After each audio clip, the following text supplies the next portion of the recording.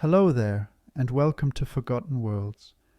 My name is Thomas, and tonight I'd like to invite you into a question that asks us to bend the edges of what we know and step into a world that never was, but maybe could have been. Take a moment to settle in. Let the day fall behind you.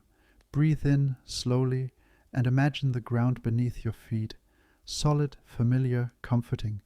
Now picture that same earth, only larger, not a little larger, but doubled in size, twice the diameter, twice the mass, a world that feels at once familiar and utterly alien.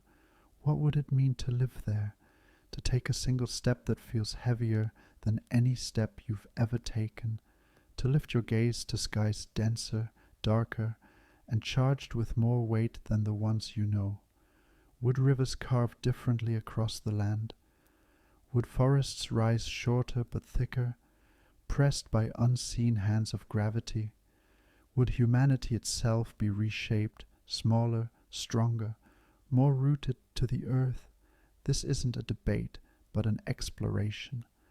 A slow walk through physics and imagination, through geology, biology, and the quiet speculation that lingers in between. We won't rush toward answers. Instead, we'll wander through the possibilities, asking not just what would happen, but what it would feel like.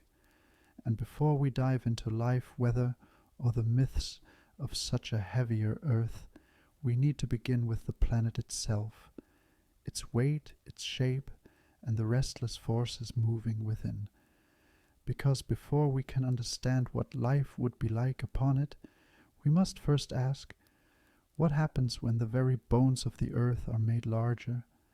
Imagine standing on this doubled earth, your feet pressing into soil that seems strangely more insistent beneath you. The air feels familiar, but your body knows something is different. Every movement, every gesture carries weight. Not unbearable, not crushing, but subtly more demanding. This is gravity's quiet command, amplified. If our Earth were twice its diameter, its pull would not double. Gravity does not scale in simple ways. Instead, it deepens in proportion to mass and radius. A larger Earth would be denser in its embrace, holding you down with a strength of about 1.4 times what you know. That means every step you take feels like carrying a pack you didn't put on. A glass of water weighs a little more. Your own body presses into itself with greater insistence. At first glance, 1.4 grams might sound modest, an extra 40%. But even a slight change in gravity reshapes everything. Think of astronauts returning from space, where gravity has been almost absent. They struggle to stand, their muscles trembling beneath familiar weight. Now imagine the opposite. Growing up on a world where gravity is always heavier, where bones thicken and muscles strengthen just to do ordinary things. But gravity does more than shape bodies. It writes the script for entire planets. A doubled Earth would tug more firmly on the objects around it. Its orbit might remain roughly where it is, still balanced by the sun's immense pull, but the planet's added mass would change the delicate dances of its neighbors. Venus and Mars would feel a stronger nudge. The moon would be pulled into a different rhythm, perhaps closer, perhaps destabilized. The balance of tides, rotations, and orbits would never quite be the same. And then there's the question of habitability. Earth as we know it sits in a fragile belt of distance from the sun, a region often called the Goldilocks zone, not too hot, not too cold, where liquid water can endure. If Earth were heavier, would it still belong here? The sun shines the same, but the planet itself changes. A larger Earth would hold on to more gases, pulling them tight against its surface. Its atmosphere would be thicker, denser, a blanket wrapped firmly around the globe. This could trap heat, raising global temperatures beyond comfort. It could also filter more sunlight, tinting skies in shades unfamiliar, perhaps dimmer, more coppered at the horizon, bluer black above. With that dense veil, nights might be deeper, days more intense, the climate shifted toward extremes. And yet, perhaps such a planet could still remain kinder to life. Super-Earths, as astronomers call them, are not uncommon in our galaxy. We've found dozens, even hundreds, circling distant stars, rocky planets larger than our own, wrapped in heavy skies. Some may be barren, scalded, hostile. Others may hold oceans, clouds, perhaps even the chemistry of life. Earth doubled might look like one of them, poised delicately between promise and peril. Picture yourself gazing upward from this heavier world. The sun still hangs in the sky, but its warmth lingers longer beneath that thick atmosphere. Seasons tilt and stretch, storms surge with unusual energy. You wonder, is this still home, or has the balance tipped? Would life flourish in the density, or wither in the heaviness? The truth is, no one can be certain. But that is the gift of imagination, to think of Earth not as fixed, but as one possibility among many, to consider that our comfortable balance, our gravity, our orbit, our breathable sky, may be more fragile than it seems. And so, before we step into volcanoes, forests, and the forms of living beings, we pause here at the foundation, the weight of a doubled Earth, pressing more firmly on everything it holds, reshaping physics itself, and perhaps redefining the very meaning of a habitable world. Beneath every mountain and valley, beneath every ocean floor and rolling plain, Earth conceals a restless heart. Even in its present form, our planet is alive with motion. Tectonic plates drift upon molten foundations, crust cracks and heals, and heat rises endlessly from its core, like whispers from a furnace that never goes out. But on a world twice this size, this subterranean restlessness would be magnified into something far more dramatic, far more insistent, and far more difficult for life to ignore. A doubled Earth would be pressed inward by its own gravity with extraordinary force. At its center, the core would not simply resemble the one we know, scaled larger. It would be compressed, squeezed into greater density by the weight of all the rock above it. Pressure there would climb to levels unimaginable to us, higher than any chamber, higher than any machine on our Earth could ever replicate. That crushing intensity would mean more heat, generated not just by the decay of radioactive elements, but also by the sheer friction of compression. This world's core would glow hotter, burn longer, and pour its energy upward in waves of relentless motion. From the searing heart, convection currents in the mantle would surge like colossal rivers of molten stone. On our Earth, they already drift and turn, guiding continents slowly across the surface, but here, in this heavier world, they would churn with greater vigor. Imagine looking at the Earth from deep space.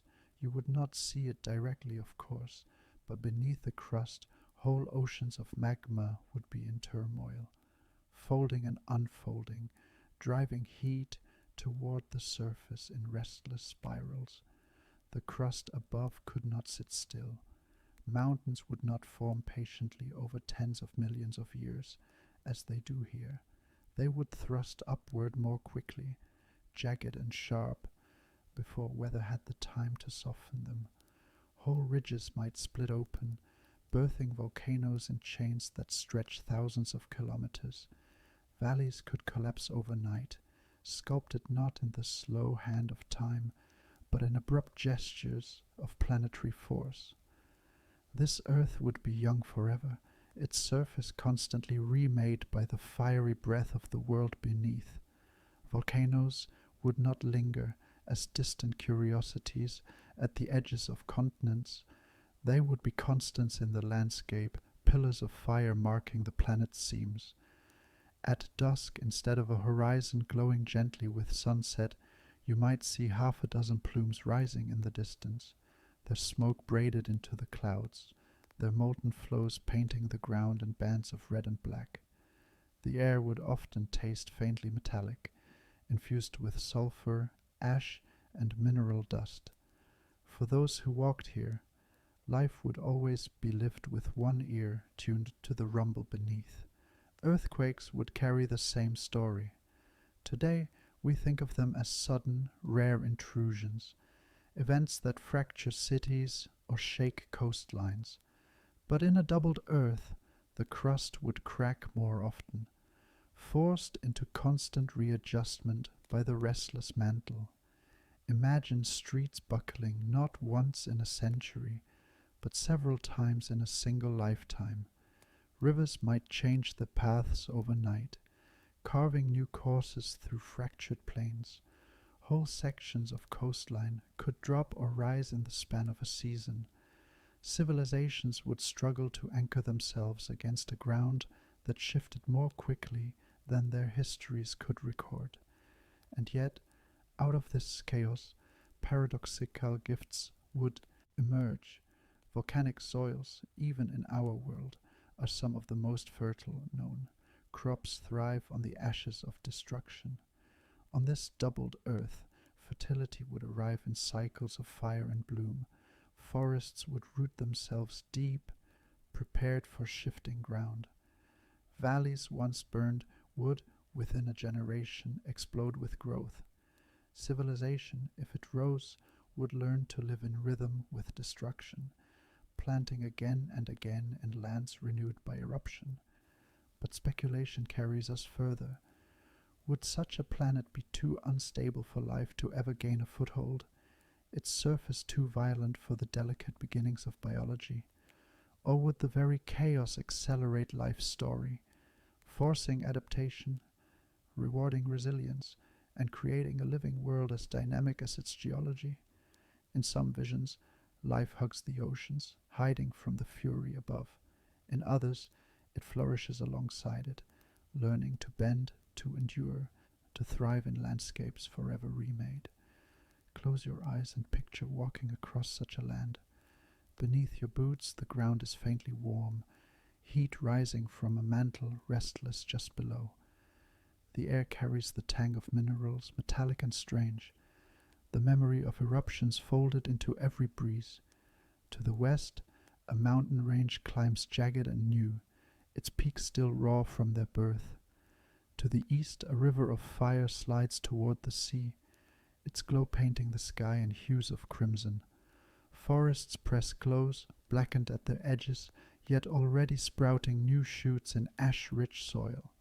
It is a world of constant endings and constant beginnings, and through this endless motion, one truth becomes clear.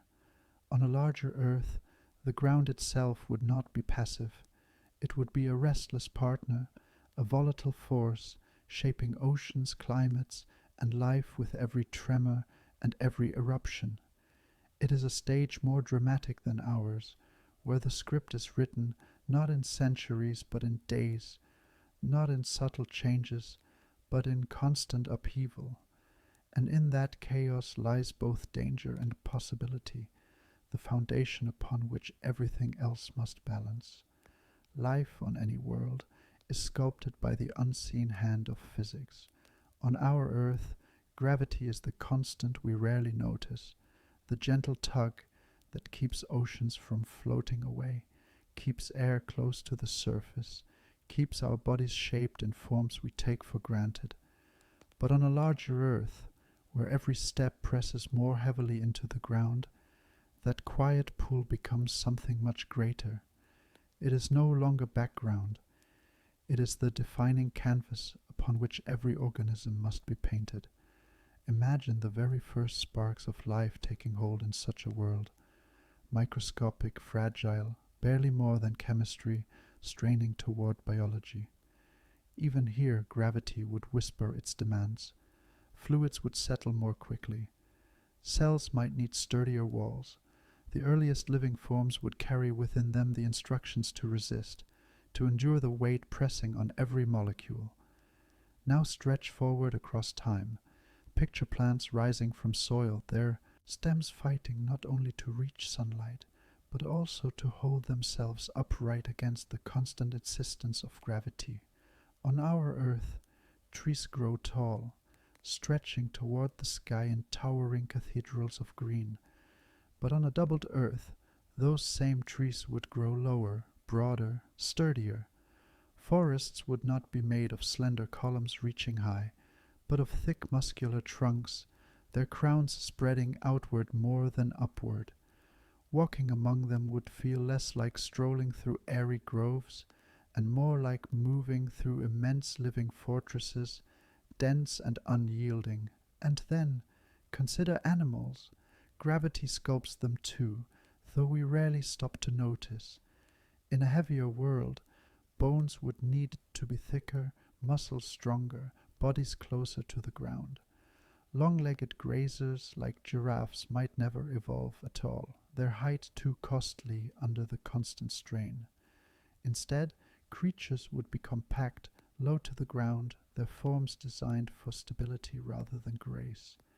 Imagine a savanna, not of soaring-necked giants, but of sturdy, powerful quadrupeds built like living boulders, their every step a demonstration of strength over fragility. On our Earth, the fossil record tells of giants, sauropod dinosaurs, stretching as long as city buses, their necks sweeping the sky.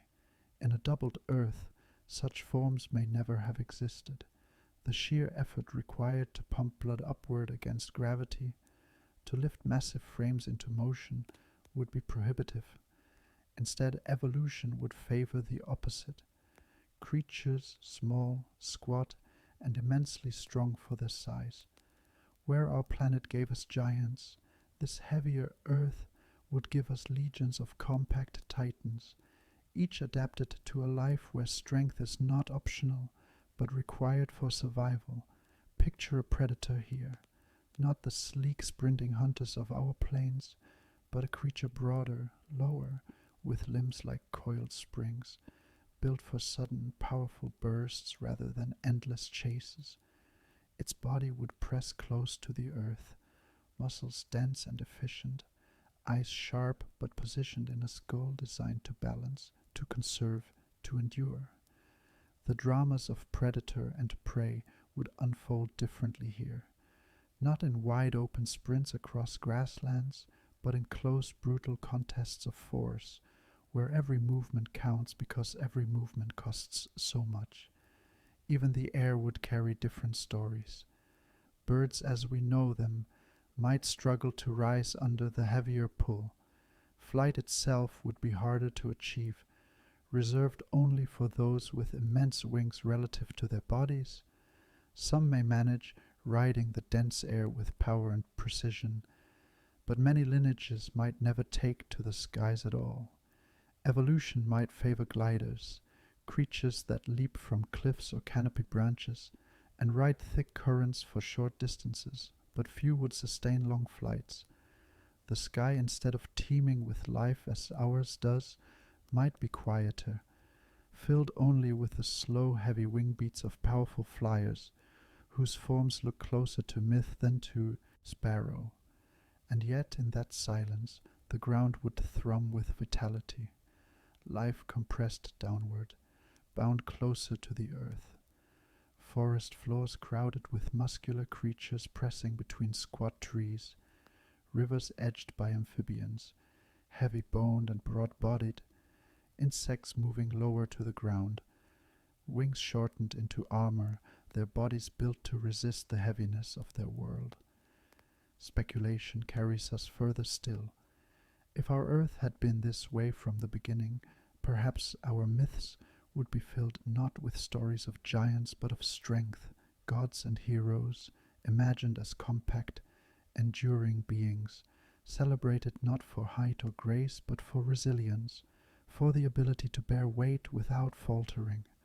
On such a world, the very definition of beauty might be different, sturdiness admired more than slenderness, breadth seen as elegance, and the two endure gravity itself considered divine. Close your eyes and imagine yourself here. You bend to touch the ground, and even that motion feels heavier, the air thicker, the earth firmer beneath your palm. You look across a valley and see not spindly trees and light-bodied deer, but forests of muscular trunks and herds of squat, resilient animals moving with deliberate, powerful steps. The land feels closer, more intimate, its inhabitants pressed nearer to it, as if all of life has leaned into the embrace of gravity and accepted it as the central truth of existence. Here, gravity is not just a background constant, it is the artist, the sculptor, the law that no species can escape. It holds every creature in its grasp, shaping their bones, their muscles, their very possibilities, and on this doubled earth, that grip would be stronger, firmer, unrelenting. Life would not reach upward toward height and lightness, but would fold itself downward, compact and enduring, bound always to the weight of the world.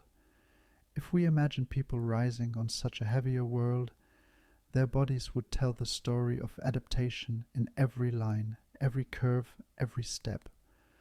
Under stronger gravity, survival would not belong to the tall and lean, but to the compact, the resilient, the ones whose frames could bear constant strain without collapse. Humanity, as we know it, would have been written differently from the very beginning. Picture the skeleton of a human born on this doubled earth. The bones are not delicate beams reaching upward, but pillars, thickened and reinforced, more like columns than struts. Each joint is broader, each vertebra denser, the entire frame designed to distribute weight efficiently, to resist the crushing pull that would otherwise grind it down. Legs would be shorter, not because height was undesirable, but because every centimeter above the ground adds cost. More bone to support, more blood to pump, more strain with each step. Muscles, too, would change. Where our species carries lean fibers for endurance and speed, here the body would grow powerful bundles of strength. Imagine forearms corded with rope-like sinews, shoulders broad and braced, torsos compact and built like living engines of force. Even ordinary tasks, walking across a field, lifting a vessel of water, would demand more of the body, and so the body would oblige by becoming a reservoir of strength. But strength has its price. The heart, that tireless muscle at the center of life, would labor under the burden of heavier circulation. On our earth, blood must be pushed against gravity to reach the brain. On a doubled earth, that climb would be steeper, the pressure greater, hearts would thicken, vessels would adapt, but the strain might shorten lifespans, leading to lives that burn brightly in bursts of endurance, rather than stretching thinly across long decades. Childhood might be a time of intense growth and adaptation, adulthood a period of muscular peak, and old age a rarity, bodies worn down more quickly by the constant demand of gravity. Speculation invites us further. Imagine how such people would appear to our eyes. Not the tall silhouettes we often imagine as heroic, but beings of compact might.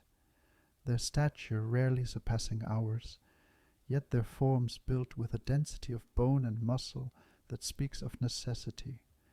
Their hands strong, their gait deliberate, their lungs wide to draw in the thicker air. They would seem perhaps closer to statues than to dancers, grounded, immovable, carved in the language of endurance. And what of culture, born from bodies as much as from minds? In our world, grace and height often find their way into ideals of beauty. In theirs, beauty would be tied to resilience. The curve of a thickened limb, the breadth of shoulders, the steadiness of breath under strain, these would be marks of health, of attractiveness, of divine favor. Even art might mirror this, figures painted and carved not as soaring ethereal beings, but as weighty enduring presences, their strength as much spiritual as physical. Consider daily life, carrying objects, building homes, plowing fields, each action heavier, slower, more deliberate. Movements would not be wasteful. To bend, to lift, to climb would be choices, not casual gestures. Efficiency would rule, not because of technology alone, but because the body demands it. Over generations, customs and tools would grow out of this truth. Doors lower, stairs broader, tools shorter but heavier. Every piece of their civilization would reflect the physics of the human frame. Speculation stretches still further into the realm of possibility. Would their minds, too, be shaped by gravity? A people whose lives are measured by weight may come to see the world differently. Concepts of patience, endurance, stability might not simply be cultural but biological, flowing from bodies that know every step is a negotiation with gravity. Their philosophy could be less about lightness and transcendence, more about rootedness, about strength, about carrying burdens without faltering. And yet, even in such a world, humanity would persist. For the gift of our species is not only adaptability but imagination. These heavy-bodied, powerful beings would still look at stars, still wonder, still tell stories. Perhaps their myths would not speak of winged ascension, but of the deep, unshakable bond between flesh and stone. Their heroes might not leap or fly, but stand, hold, endure. And in that endurance they would find a different kind of greatness, one not of escape from gravity, but of becoming one with it. Close your eyes for a moment and picture them, a family gathered at dusk, their silhouettes short but strong, their children rolling dense stones as easily as we toss a ball. They laugh, they build, they live as fully as we do, but each breath, each heartbeat, each motion carries the memory of their world's weight. Humanity is still there, recognizable and familiar, yet shaped by the sculptor's hand of gravity into something both strange and beautiful. Above the forests and plains of a doubled earth, the air itself would feel transformed. It would no longer be the quiet, invisible sea we swim through each day, taken for granted, forgotten until wind or storm reminds us of its presence. Instead, the atmosphere would be a constant companion, pressing closer, heavier, denser, a weight that could not be ignored. On our Earth, at sea level, the atmosphere already exerts a tremendous pressure, nearly 15 pounds pressing on every square inch of your body. You do not feel it because you were born into it. Your lungs, your blood, your very tissues have been tuned to it over countless generations. But on a doubled Earth, gravity's stronger hand would tug on every molecule of gas, holding it nearer to the surface, stacking the air more tightly, layer upon layer. The effect would be dramatic, a denser, thicker atmosphere enveloping the planet like a heavy quilt. To walk across such a world would be to feel the air itself. Each breath would arrive with weight, the pressure constant, inescapable. Even climbing to the heights of the tallest mountains, you would not escape into the thin, sharp air we know at altitude. Instead, every peak, every plateau, every ridge would still feel like sea level, the same dense press of oxygen and nitrogen against your skin. For us, such a world would be overwhelming, a constant heaviness on chest and limb. But for life that evolved here, it would be the only reality. The skies themselves would change their colors beneath this dense veil. Sunlight would scatter more thoroughly as it passed through thicker air. Dawn and dusk would linger longer, smoldering in shades of red and orange, burning deep into violet before surrendering to night. At midday, the sky might darken beyond the bright azure we know, shading toward cobalt or indigo, as if even the light itself carried the memory of gravity's pull. Stars, too, would look different. Their brilliance would be dimmed, softened by the thickness of the air. Only the brightest would cut through clearly. Yet when auroras danced, their ribbons of charged particles, ignited by the planet's strengthened magnetic field, they would blaze more vividly than anything we have seen, painting the heavens with curtains of green, crimson, and violet that stretched horizon to horizon. Weather, too, would be reshaped. With more atmosphere comes more water held aloft, more energy stored in the sky. Storms would rise higher, their clouds dense and swollen, piling into shapes so massive they would blot out entire regions. The winds would be stronger, not playful gusts but muscular waves of air, carrying weight with every motion. Raindrops formed in this dense sky would fall harder, each one striking the earth like a tiny stone. Thunderstorms would be frequent, lightning more common, crackling across the heavens in endless chains.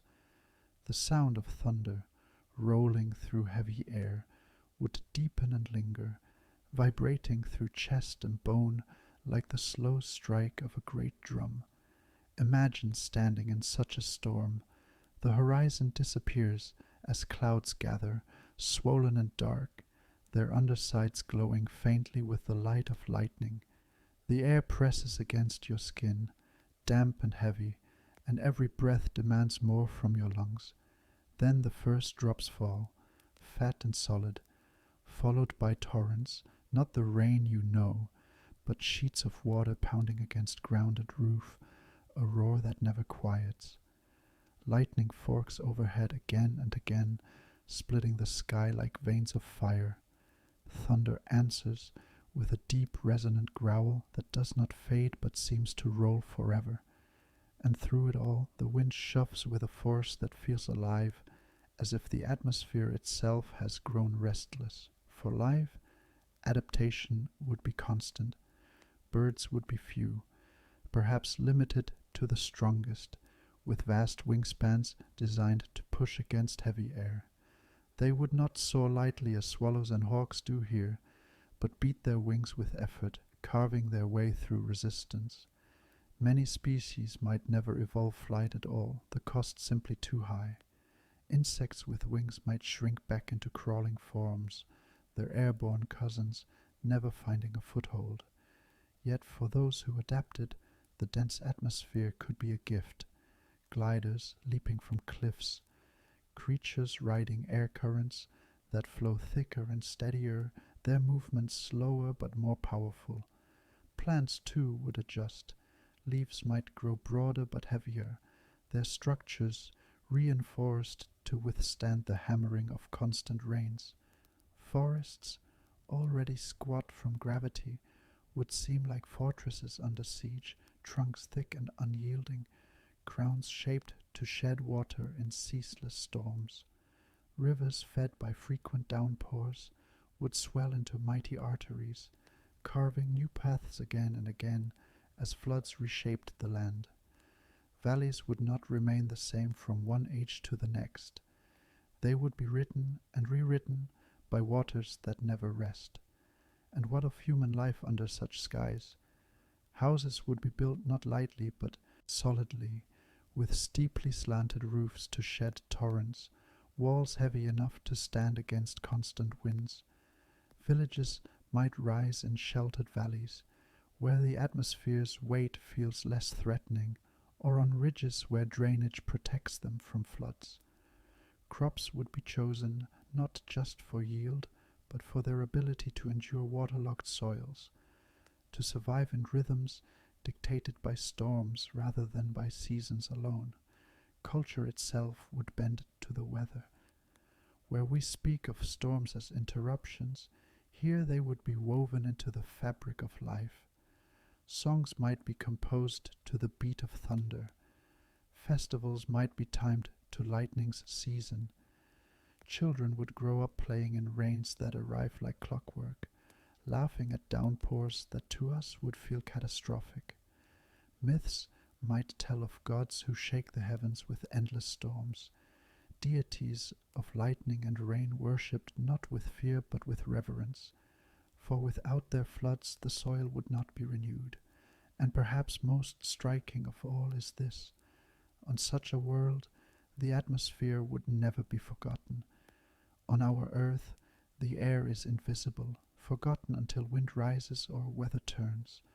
But on a doubled earth you would always feel it, in the weight on your chest, in the thickness of your breath, in the dimmed light of the stars above.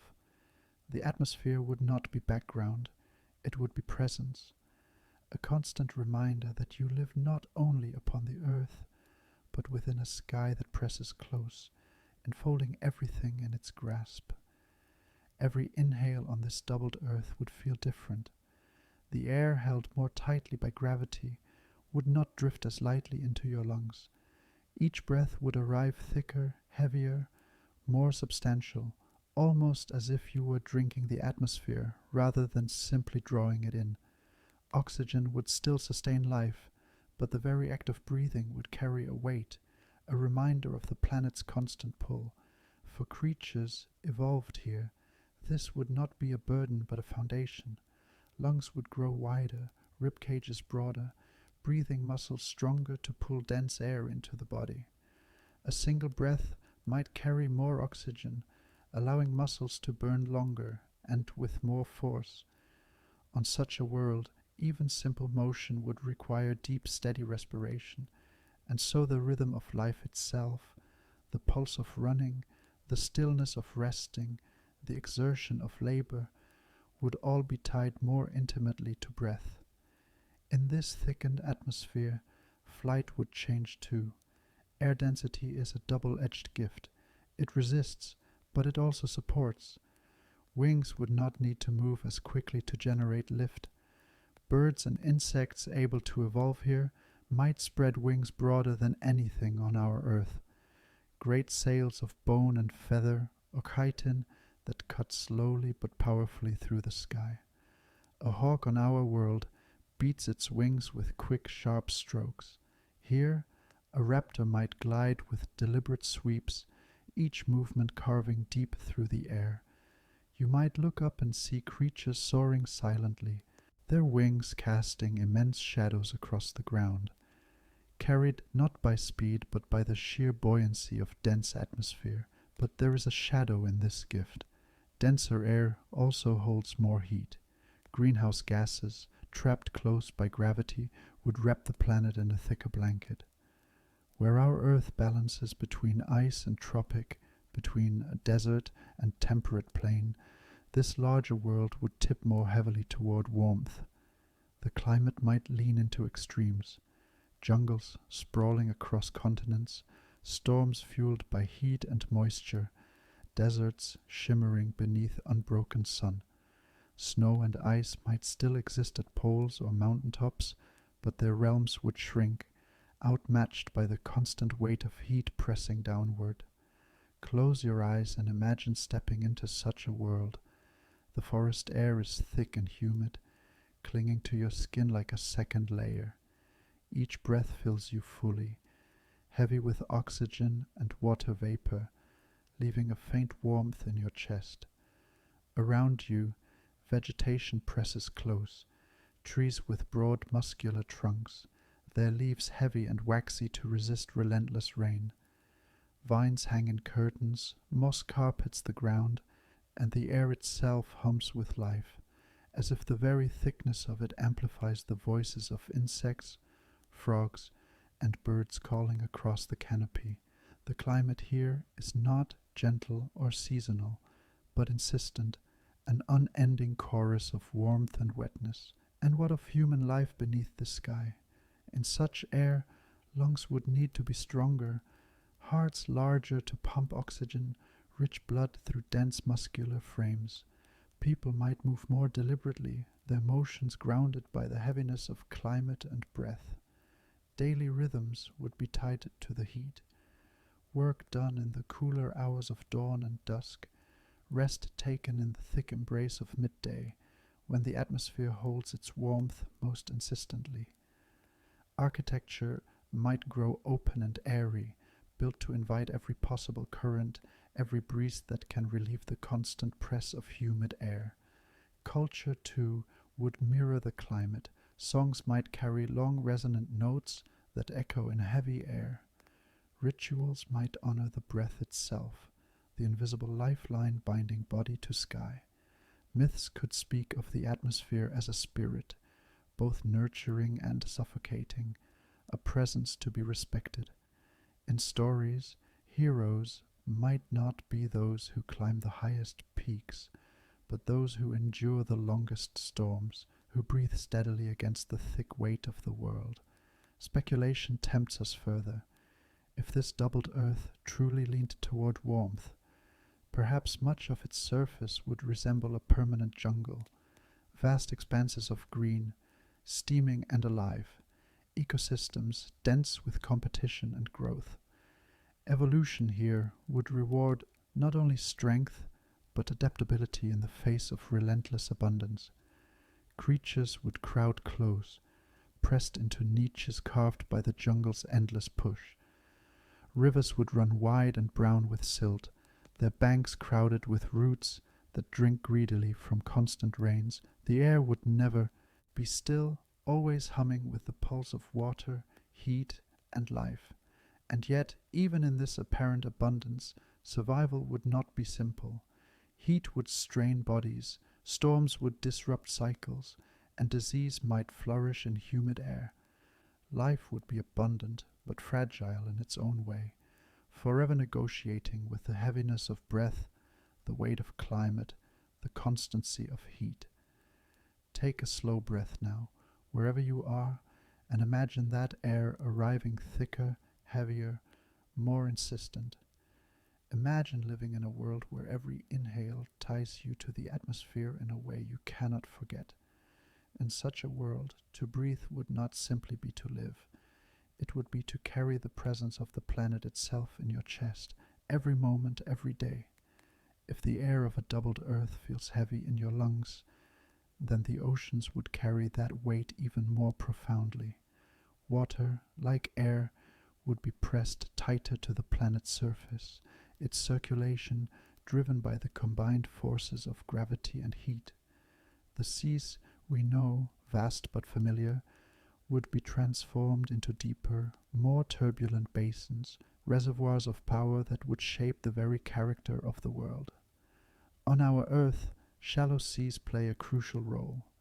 They cradle coral reefs, sustain fisheries, and act as nurseries for countless species. But on a doubled Earth, such shallow margins might be rare. Gravity would pull water into deeper basins, pressing it downward and drawing coastlines into sharper relief. Continental shelves, those broad platforms of submerged land, could shrink dramatically. Instead of wide, gentle beaches that stretch for miles, shores might drop off abruptly, cliffs giving way to ocean depths in a matter of steps. The line between land and sea would be sharper, more dramatic, and often unstable, and those seas, heavier and deeper, would move with greater force. Tides on our Earth are orchestrated by the moon's pull, their rhythm steady, their reach familiar, but on a larger Earth, tides would amplify. Waves would strike with more weight, pulled higher and lower by the gravitational tug of both Earth and Moon. Coastlines would rarely know calm, beaches would be reshaped daily, villages and forests along the shore constantly threatened by erosion. Circulation, too, would intensify. The deep waters of this larger Earth would churn more forcefully, driven by heat from within and storms above. Currents would become like great engines, carrying warmth and nutrients across the globe with an urgency that would rival the atmosphere's own restlessness. Entire regions might be dominated by massive gyres, whirling systems of water that shape weather, climate, and life itself, and with more energy in both air and sea, superstorms would become a defining feature of the planet. On our Earth, hurricanes and typhoons form when warm waters fuel spinning systems of air.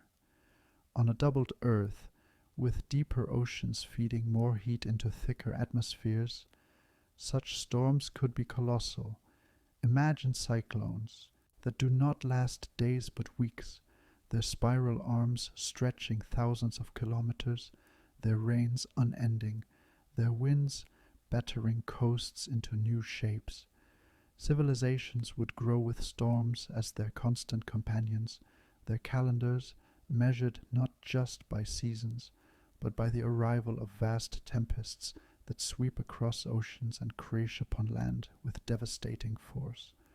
Speculation tempts us to imagine life within these oceans. Deeper seas mean darker realms. Sunlight would penetrate less of the surface, leaving much of the marine world cloaked in shadow. Creatures of this doubled Earth's oceans might evolve larger eyes, or bioluminescent bodies, glowing in endless blues and greens to find one another in the deep. Gigantic currents would carry schools of fish across entire oceans, migrations driven less by season and more by the surging power of water itself. At the surface, towering waves might be ridden by compact but powerful marine creatures, hunters adapted to chase prey in turbulent waters. For humans, the oceans would be both a gift and a terror. Rich with resources, yes, but volatile and unpredictable. Fishing fleets would battle not only the sea's abundance but its storms. Ports would be built sturdier, with harbors carved deep into rock to withstand the tides. Ships would need to be designed heavier, broader, built to ride swells that dwarf anything we know. Trade across such oceans might be perilous, civilizations turning inward when seas rage, and reaching outward only when calmer cycles allow. And yet, these oceans would not be merely destructive. Their constant motion would make them fertile too. Rivers fed by torrential rains would pour nutrients into the seas. Storms would churn those nutrients upward, feeding blooms of life across the surface. The very violence of the doubled Earth's waters might also be its gift, sustaining ecosystems in abundance, keeping the planet alive in its restless cycle. Close your eyes and stand at the edge of one of these coasts. The horizon is endless, the sea darker than ours, its waves rolling in heavy, deliberate arcs. The sound is deeper, a constant thunder of water striking rock. The air carries salt and the tang of minerals, mingled with the smell of storms that never seem far away. You watch as a wave crashes against a cliff, spray leaping high into the sky before falling again like rain. It is not a tranquil sea, not a place of still reflection, but a reminder of power, of a planet that never rests, of water that obeys gravity's command with relentless force. On this doubled Earth, the oceans would be less a backdrop and more a central character. They would not only cradle life but also dictate its rhythms, sculpting coastlines, fueling storms, and reminding every creature that water, like gravity and air, is a force that cannot be escaped. From the oceans, restless and deep, water would not remain idle. The doubled Earth, cloaked in dense atmosphere and ruled by stronger gravity, would hasten the water cycle in ways both dramatic and relentless. Heat would pull moisture upward with ease, and the atmosphere, heavier and more crowded with molecules, would clutch at that vapor until it could no longer hold it. Clouds would gather quickly, swelling until they burst, and when they did, the release would be nothing like the familiar rains of our world. Rain would fall as if the sky itself were unraveling. Torrents would descend with the force of hammers, striking soil, stone, and canopy with unrelenting rhythm. A storm might last hours, but its mark would linger for months. Rivers already swollen would roar with renewed power, their channels overwhelmed, their banks collapsing beneath the surge. Valleys would be drowned and reshaped. Floodplains would expand until they seemed less like land and more like extensions of the ocean itself. On Earth, rivers are patient sculptors. They carve landscapes slowly, etching valleys and deltas over the course of millennia. But here, in this doubled earth, rivers would be no less than architects of destiny. Their power magnified by gravity and storms, they would not merely shape landscapes over epochs, but remake them in a single season. Mountains would feed them with runoff, forests would bow beneath them, and plains would buckle to their will. Picture a river not as a winding ribbon of water, but as a living titan, broad and muscular, churning with sediment and trees torn from upstream. Its roar would echo for miles, a constant reminder of its dominion. Crossing it would be perilous. To fall in would mean being swept away, carried for miles before surfacing, if at all. These rivers would not invite quiet reflection on their banks. They would demand respect, reverence, and fear. Lakes, too, would be altered. On our earth, they are often tranquil, their surfaces mirrors of sky and cloud. On this doubled earth, tranquility would be rare. Lakes would be fed by rains too constant, too heavy, their waters restless with inflow and outflow. Their shores would be unstable, swelling and shrinking unpredictably, advancing into forests and then retreating without warning.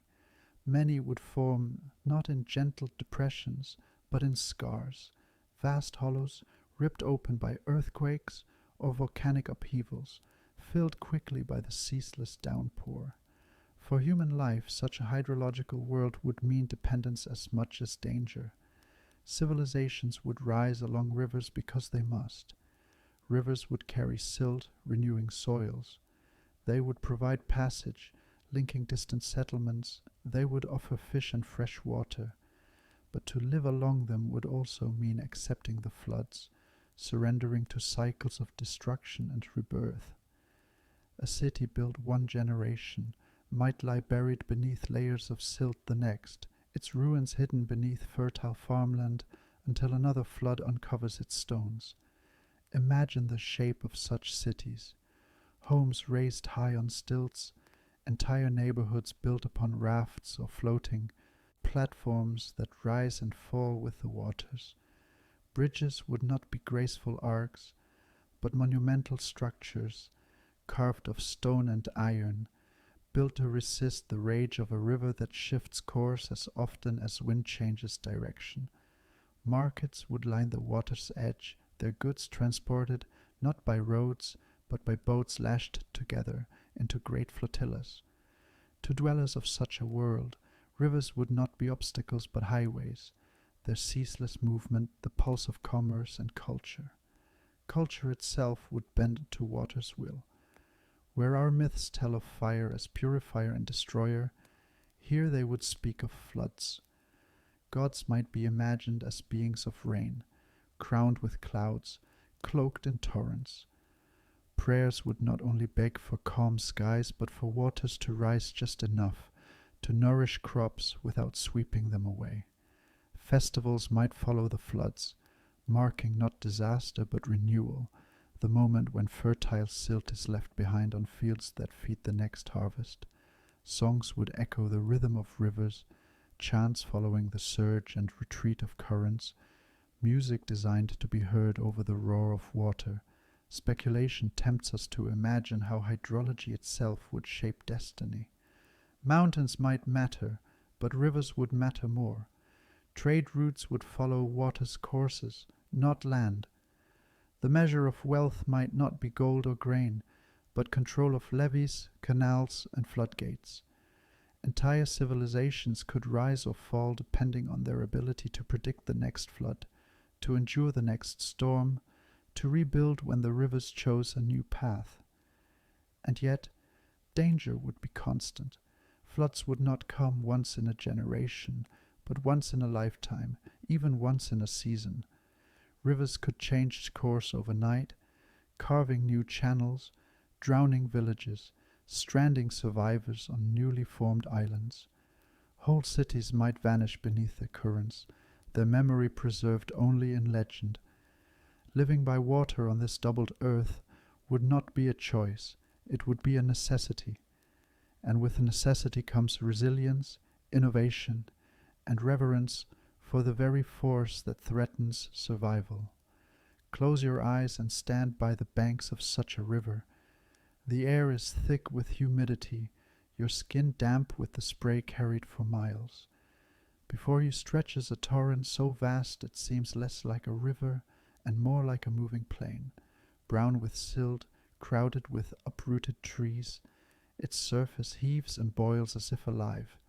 Along its edge people work quickly, hauling nets heavy with fish, lashing boats against currents, shouting to be heard over the roar. Children play in the shallows, their laughter mingling with the water's voice, learning from birth that the river is not simply landscape but law. On this doubled earth, rivers and lakes would not be quiet features tucked into valleys or plains. They would be the lifeblood, the power, the lawgiver. Civilizations would rise in their shadow. Myths would be carved in their image, and life itself would bow to their rhythm. To survive would be to surrender to water's command, to honor it, to fear it, and above all, to live within its endless, unrelenting cycle. High above the dense skies of this doubled earth, the moon would not remain untouched. For as gravity presses heavier on oceans, forests, and mountains, it also reaches across the void, tugging at our planet's only companion in space. A larger Earth would exert a stronger pull, reshaping the quiet balance that has endured for billions of years. On our Earth, the moon is more than a silver ornament of the night. Its gravity tugs at our oceans, raising tides that breathe in and out along every shore. It slows Earth's spin, lengthening our days. It steadies our tilt, keeping seasons in rhythm. Without it, life might be chaotic, climates unstable, days shorter and more violent. Yet on a doubled Earth, this delicate partnership would be rewritten. A planet twice as large would pull harder, tugging the moon inward. Its orbit, once stable, might begin to decay, spiraling closer with each cycle. To stand on such a world would be to see the moon looming larger in the sky. Not the familiar pale disk, but an enormous presence dominating the heavens. Nights would glow brighter, tides would surge more violently, and the rhythm of oceans would become turbulent, unpredictable. Speculation tempts us to wonder whether the moon could even survive. Drawn closer, it might cross the threshold, known as the Roche limit, the invisible boundary where Earth's gravity would tear it apart. Instead of a single glowing companion, the sky might fill with rings, shimmering bands of dust and rock encircling the planet, glowing softly as they catch the light of the sun. Nights beneath them would be beautiful, haunting, and alien. The Earth, doubled in size, would wear a crown like Saturn, but one born not of distance but of destruction. And if the moon were to resist, holding its orbit despite Earth's pull, the consequences would still be profound. Tides might grow chaotic, some places enduring massive surges, others left strangely calm. The oceans, already deeper and more violent, would be further unsettled by a lunar rhythm thrown off balance. Coasts would become even more unstable, rivers pulled back and forth with greater force. Civilizations along the shore would live in constant negotiation, not only with storms, but with tides that no longer follow predictable patterns. For life, the moon's shifting role would ripple outward in countless ways. Many creatures on our Earth are guided by lunar cycles, turtles nesting by moonlight, birds timing migrations, even corals spawning in unison beneath full moons. On a doubled Earth, where the moon grows closer or breaks apart, such cycles might falter. Some species might vanish, unable to adapt to tides and lights that no longer match their instincts.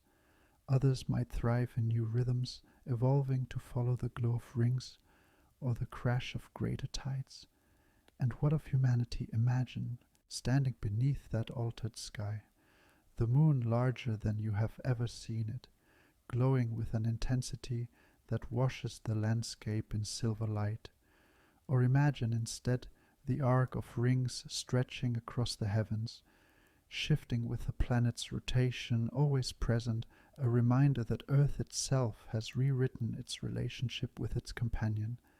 Myths would not speak of a gentle moon goddess or a distant watchful eye.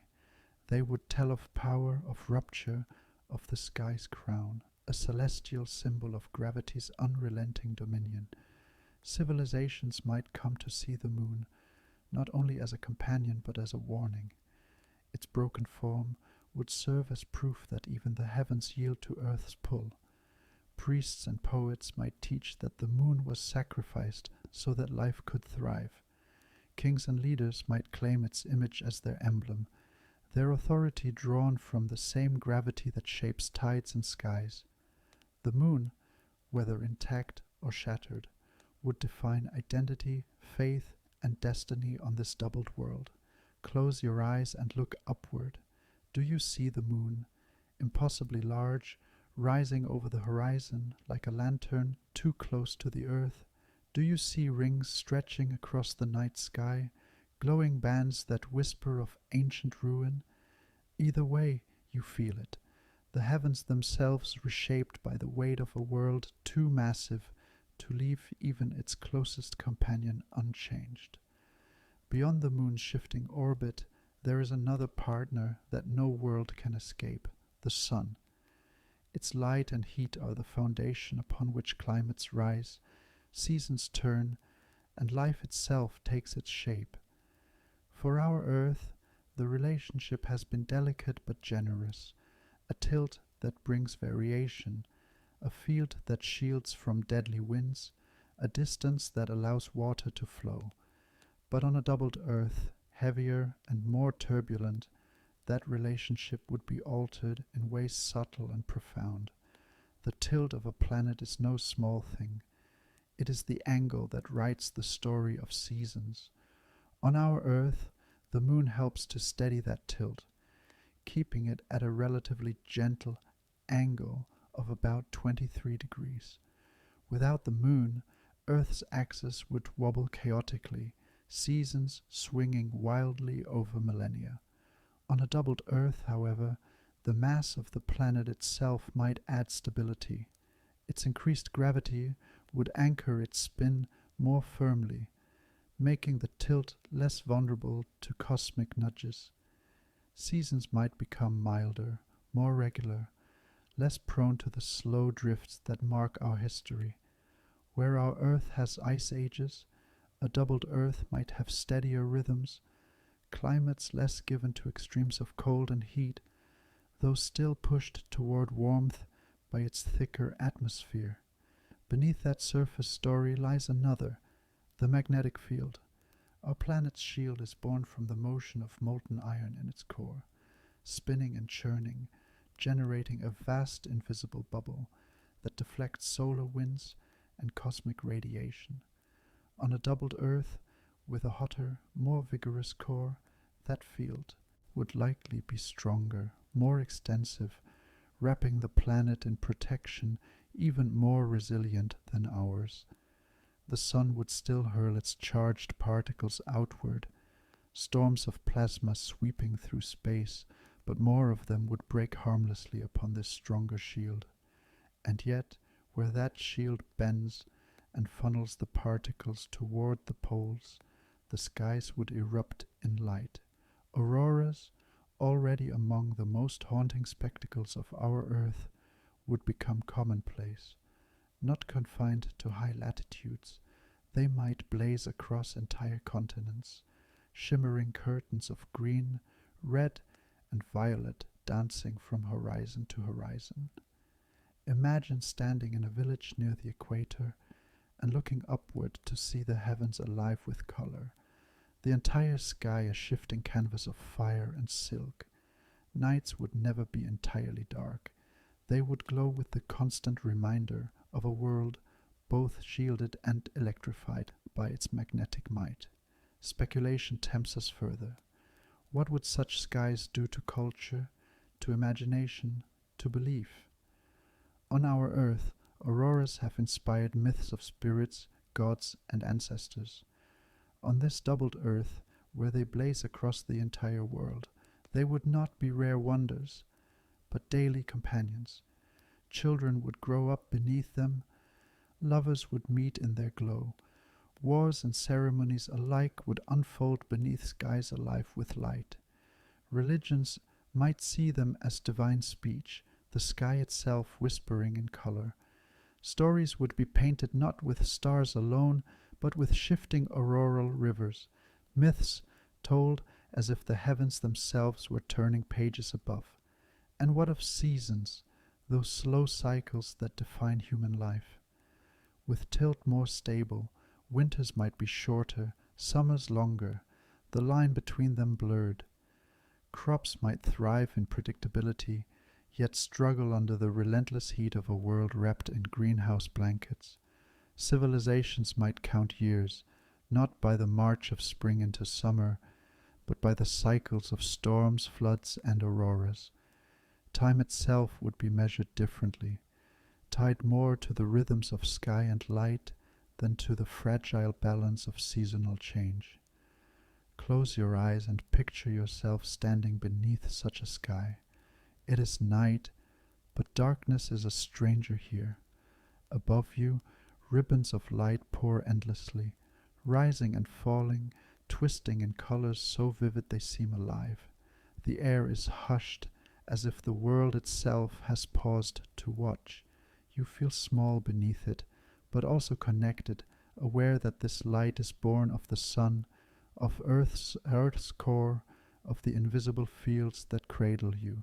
It is beauty born of science, myth born of physics, wonder carved by gravity and magnetism.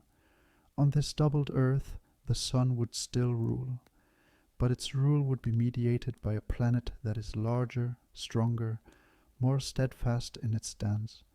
Seasons steadier, skies brighter, nights alive with auroras. This is the gift and the burden of a world that holds the sun's light differently, shaping it into a spectacle both protective and overwhelming.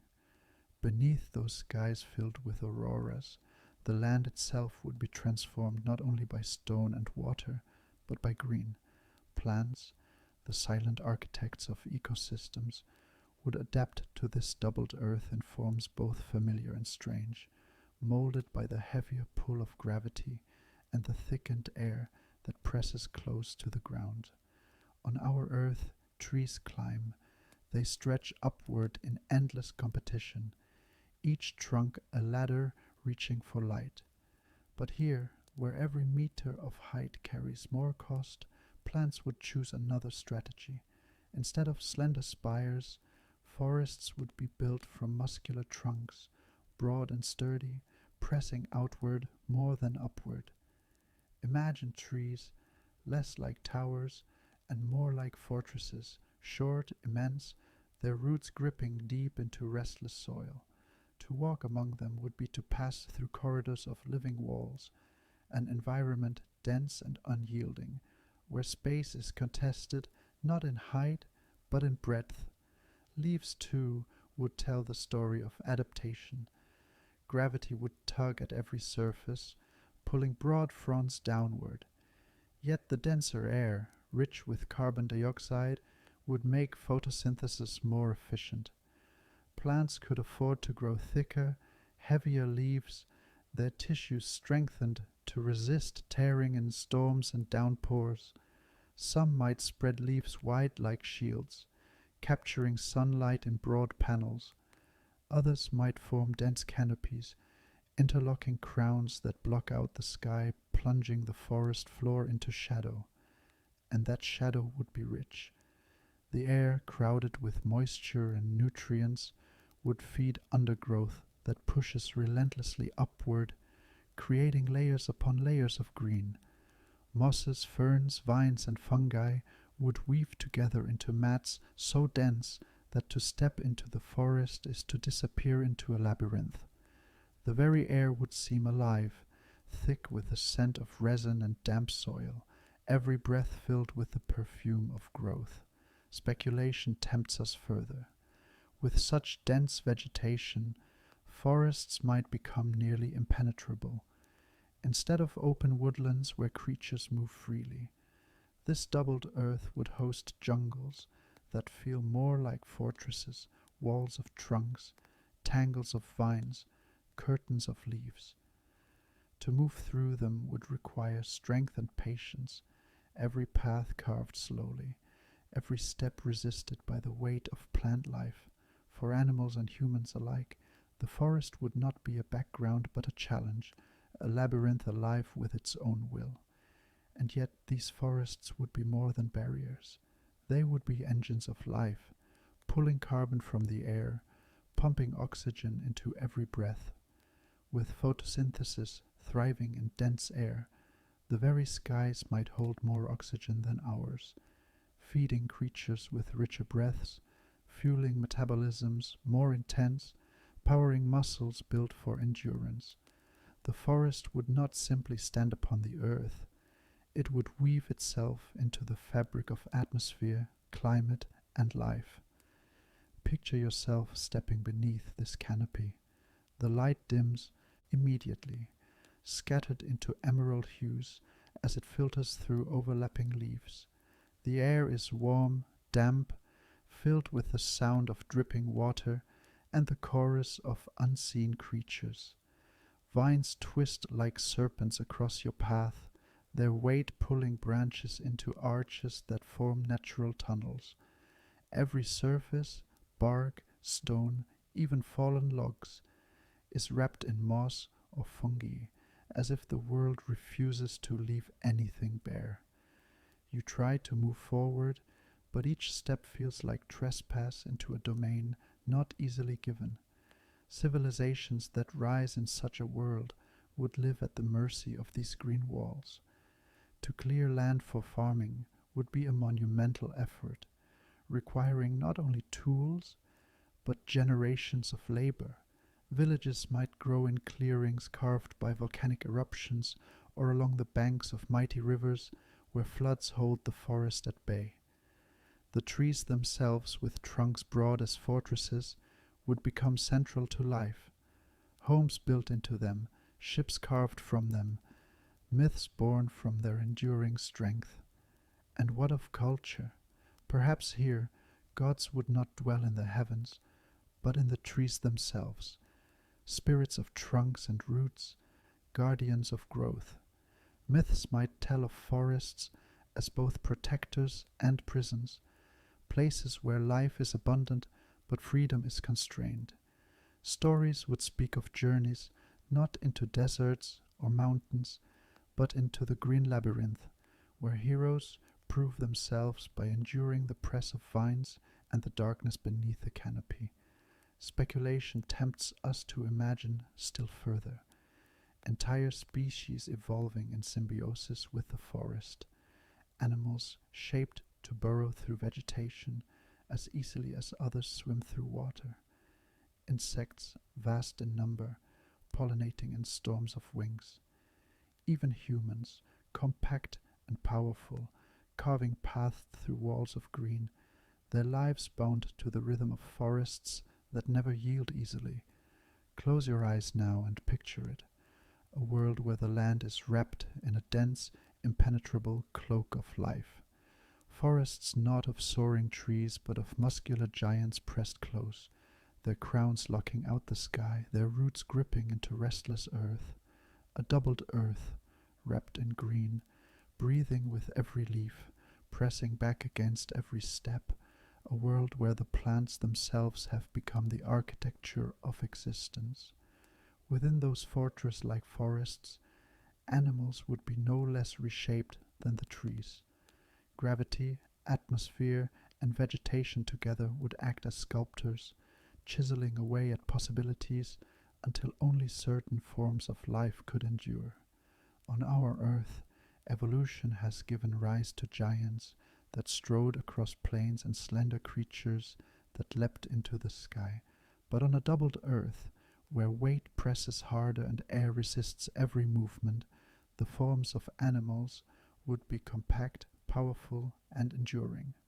Land animals, first and foremost, would be drawn downward.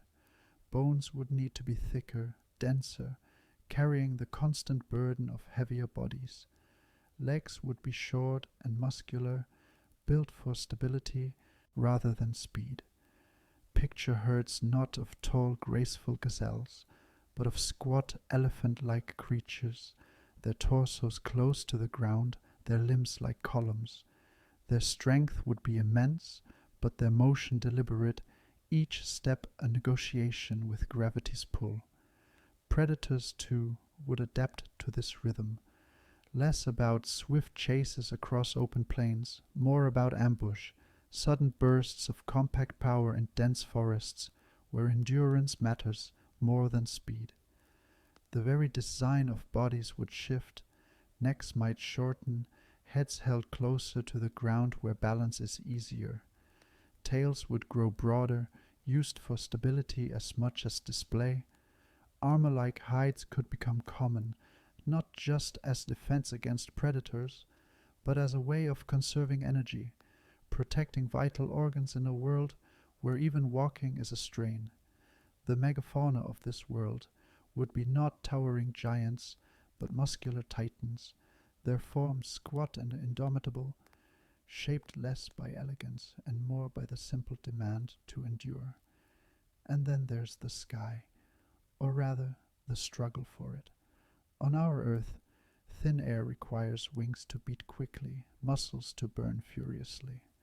But here, in the dense embrace of atmosphere, flight would be easier to achieve, yet slower in pace.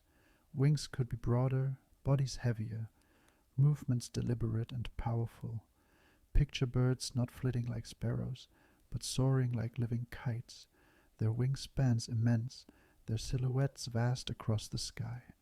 Insects, too, would thrive in this dense air, dragonflies the size of hawks, their wings humming as they hover effortlessly, pollinating vast forests and preying on smaller species. Speculation tempts us into imagining a bestiary unlike our own, herds of low-slung grazers moving like armored tanks through green walls of vegetation, predators that resemble great muscled cats, their bodies built not for long pursuit but for crushing leaps from concealment. Flocks of colossal birds gliding for hours on the dense winds, their wings blotting out the sun as they pass overhead. Insects vast in number and size, buzzing swarms filling the humid air with a constant chorus.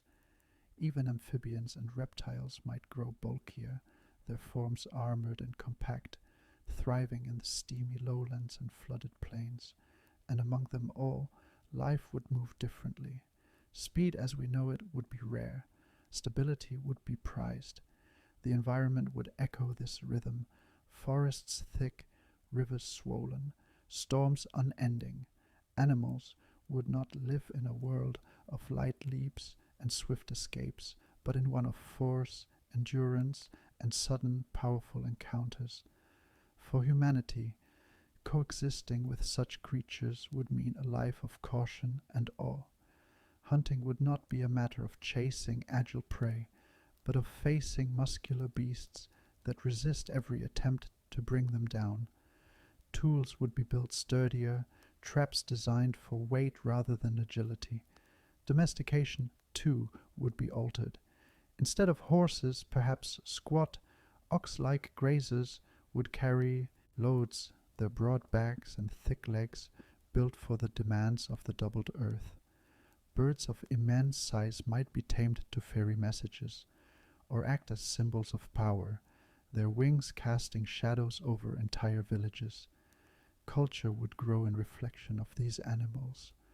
Myths might tell of squat-muscled beasts as sacred guardians, embodiments of the planet's strength. Songs might celebrate not swiftness or grace, but endurance, patience, and might. Heroes would not be remembered for outrunning predators, but for outlasting them, for holding firm in the face of overwhelming weight. Close your eyes and imagine standing in this world. The forest presses close, the air thick, the ground trembling beneath the tread of herds. Through the canopy above, a massive bird glides, its wings so broad that for a moment the light is gone. Around you, the sound of insects hums like a chorus, and from deeper within the trees comes the roar of a predator, low and heavy, a sound that speaks not of speed but of power. You realize, standing there, that this world is alive with strength. Everything, from the squat grazers to the colossal flyers, is built to endure the weight of gravity's grip. And humanity, too, would learn to live not lightly, but strongly, bound forever to a planet that shapes life in its own image. When humans lift their eyes from the squat forests and the massive animals that share their world, their gaze inevitably turns to creation, to building, inventing, and pushing against the boundaries of the possible. But on a doubled earth, every act of construction, every tool forged, every attempt to defy gravity would be more difficult, more costly, more consuming of energy. Technology here would be born not from lightness, but from the need to endure weight. Consider the act of building. On our earth, cities rise into the sky. Towers of steel and glass push higher and higher, monuments to ambition as much as necessity. But on this heavier earth, the dream of height would be smothered. Every meter upward would mean more strain on supports, more mass to resist gravity's pull, more danger in collapse. Skyscrapers would not pierce the clouds. They would huddle close to the ground, broad rather than tall. Architecture would be stout, fortress-like, with foundations sunk deep into soil to resist tremors and weight. Cities would spread outward instead of upward, becoming sprawling labyrinths of stone, brick, and reinforced timber. Bridges, too, would bear the mark of this gravity. To span rivers swollen with floods, they would require thicker beams, denser supports, arches built not for elegance but for sheer resilience. Roads would be constructed with heavier stones, carts built sturdier, their wheels broader to carry weight without sinking. Technology in this world would be muscular, grounded, designed not for speed but for endurance. And then there is the question of flight. On our Earth, flight is a triumph, a defiance of gravity through clever use of lift and thrust. But here, though the air is dense enough to support wings, it is also thick enough to resist every attempt to move through it. For animals, this resistance is overcome by slow, powerful glides. For humans, the problem is energy. Airplanes would need wings vast and engines immensely powerful, burning fuel at staggering rates just to leave the ground.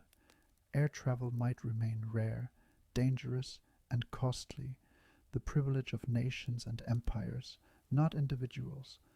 Rockets, too, would face near impossible challenges. To escape gravity's grasp on our Earth already requires fire powerful enough to tear open the sky, engines fueled by thousands of tons of propellant. On this doubled Earth, where gravity is stronger and atmosphere thicker, the cost multiplies.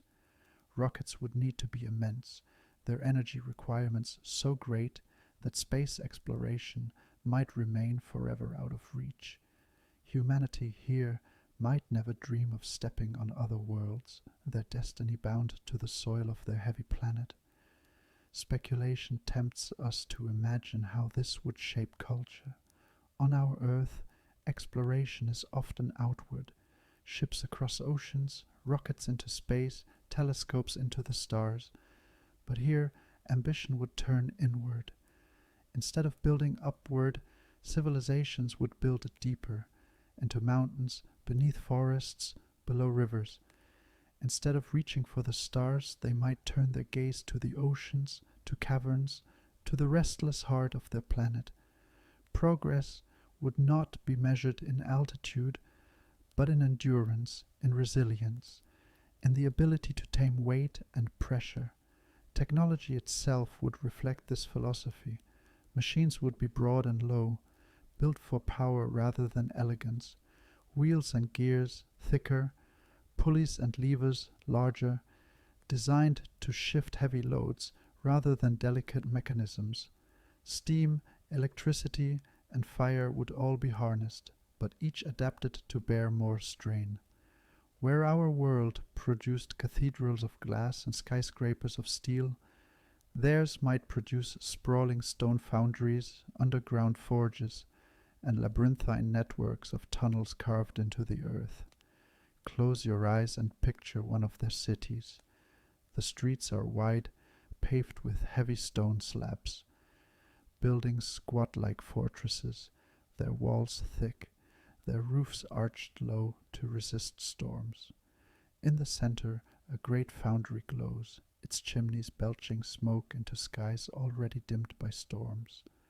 Beyond, bridges of immense stone span roaring rivers, and at the edges of the city, vast machines creak and groan as they lift stones or channel floods.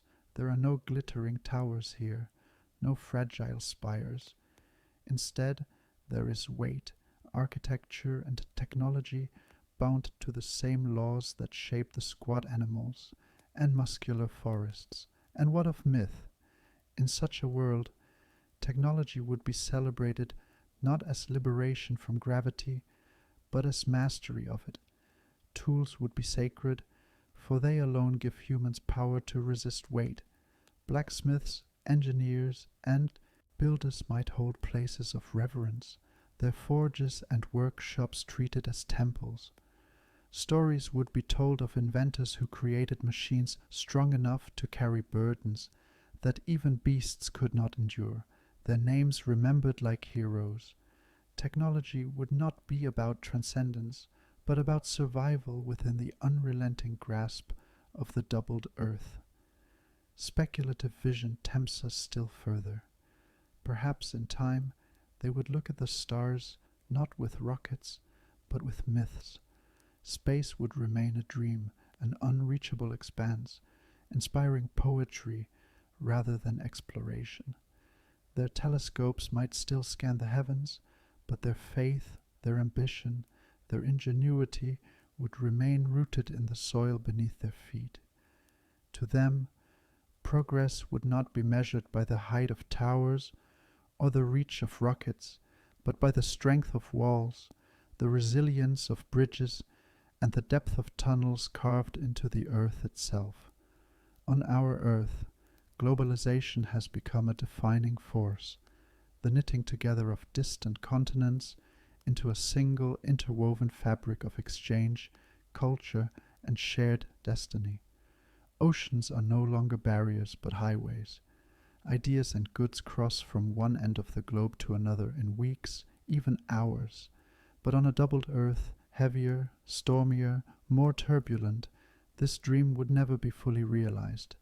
Here, the seas would remain vast and unforgiving, the world more fractured, its civilizations less connected, its destiny less unified. The oceans themselves would be the first and greatest obstacle. Already on our earth they test human endurance, but here they would be transformed into titans. With greater depths, stronger currents, and storms fed by the thickened atmosphere, crossing them would be an ordeal few would dare attempt. Ships would need to be not only larger but sturdier, their hulls thicker, their sails broader, their crews trained to survive months of chaos at sea. Even then, countless voyages would end in tragedy. Fleets dashed against cliffs, swallowed by towering waves, or lost forever to the endless horizon. Because of this, trade would shrink to what is immediate, what is reachable. Rivers would carry goods across inland regions. Coastal barges would creep cautiously along the edges of continents. But the open ocean would remain a nearly impenetrable wall. Civilizations separated by seas might never know of one another's existence, their stories diverging into unique paths that never converge. Where our world grew into a globe of empires, federations, and multinational webs, this doubled earth would become a mosaic, pieces beautiful and distinct, but never fully assembled into a single picture. Speculation tempts us further. Imagine one continent where rivers are sacred, their floods worshipped as cycles of life and death. Another continent, cut off by wild oceans, might root its culture in volcanoes and earthquakes, seeing the land itself as divine. Still another, isolated in dense equatorial jungles, might develop art, music, and myths that never cross beyond its shores. Without global exchange, each region would be an island unto itself, its philosophy, technology, and faith evolving in isolation. Humanity would be many, but never one. And yet, in this fragmentation lies resilience. Without reliance on distant lands for survival, each civilization would become self-sufficient. Farmers would perfect the art of coaxing crops from stubborn soils. Miners would turn their own mountains into sources of wealth. Craftsmen would shape tools from local woods, stones, and metals, each culture inventing solutions to its own challenges. What one region lacks in trade, it would make up for in ingenuity, shaping technologies bound not to universality but to place. Still, the absence of global webs would come at a cost. Knowledge would spread slowly, its progress measured not in decades but in centuries. A breakthrough in one land, a new alloy, a philosophy, a medicine might never reach beyond its rivers or valleys. Entire civilizations might rise, thrive, and fall without their ideas ever leaving their homeland. History would become a patchwork quilt, each piece vivid but never sewn together. Picture, for a moment, a bustling port city on this doubled earth. It clings to cliffs battered by endless tides, its harbor carved into the rock like a wound. Markets overflow with goods, grains harvested from fertile floodplains, clay pots fired in kilns, woven cloth dyed with local plants. Yet there are no silks from distant kingdoms, no spices from faraway islands. The people know their neighbors well, but beyond the horizon lies mystery. Distant lands are not mapped, they are imagined. Their existence is not proven through voyages, but whispered through legends. To these people, the wider world is not geography, but mythology, a realm of unreachable kingdoms, gods across the sea, spirits that dwell beyond storms. And perhaps this lack of connection would shape culture more deeply than we can imagine. Where we on our earth build myths of unity, of global destiny, they would build myths of distance, tales of unreachable continents, of civilizations swallowed by endless oceans, of heroes who tried and failed to conquer the seas. The ocean itself would become myth's greatest character, not a bridge to other lands, but a devouring god, jealous and fast, holding humanity apart with storms and waves. Speculative thought tempts us even further. Without global empires, wars would be smaller, regional, bound to valleys and rivers rather than continents. Without global trade, economies would remain local, wealth measured not in coins exchanged across oceans, but in grain harvested from nearby fields. Without global communication, ideas would remain rooted in place, cultures deepening their traditions rather than blending them. Progress might feel slower, but identity would be stronger. Humanity defined not by what it shares, but by what it protects as uniquely its own.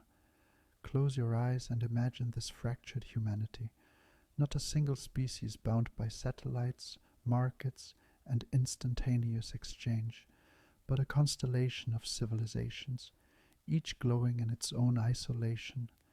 They know themselves deeply, their rivers, their forests, their gods, but they know little of others.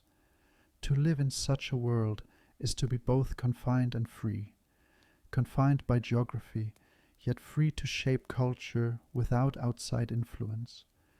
On this doubled earth, globalization would not be destiny. Fragmentation would be law, diversity would be gift, isolation would be burden, and through it all, humanity would endure, not as one voice but as a chorus, scattered and unblended, singing in countless tongues to the weight of their unyielding world. Where civilizations remain fragmented, isolated by oceans and storms, the clash of cultures would not vanish. Instead, it would take on a different shape, regional, localized, yet no less brutal. On a doubled earth, where every step is heavier, where bodies are compact and powerful, war itself would be rewritten. Consider first the soldier. On our earth, warriors have been shaped by agility, endurance, and the ability to carry arms across vast campaigns. But here, with gravity pressing harder, bodies would be denser, stronger, more muscular, but also more easily exhausted. A soldier might march shorter distances before rest, his heart laboring harder under the strain of denser air. Battles would be defined not by sweeping maneuvers across continents, but by clashes closer to home, fought in valleys, forests, and along rivers that divide territories. Weapons, too, would be different. A sword swung here would be heavier, a bow harder to draw, an axe demanding more strength to lift. Metal itself would weigh more in the hand, requiring warriors to be powerful simply to wield it. Spears would shorten, shields thicken, armor grow heavier, not decorative plate, but dense layers of leather, bronze, or iron, designed to withstand the crushing blows of muscular foes. To fight in such gear would be exhausting, every movement deliberate, every strike a drain on strength. And so, combat would slow. Where our histories speak of battles with fast cavalry charges and agile maneuvers, this doubled earth would know wars of endurance. Armies would advance like grinding machines, each step measured, each blow labored. Clashes would not be decided in a frenzy of minutes, but in the drawn-out wearing down of strength. Who could hold the line longest, whose stamina lasted after hours of brutal exchange?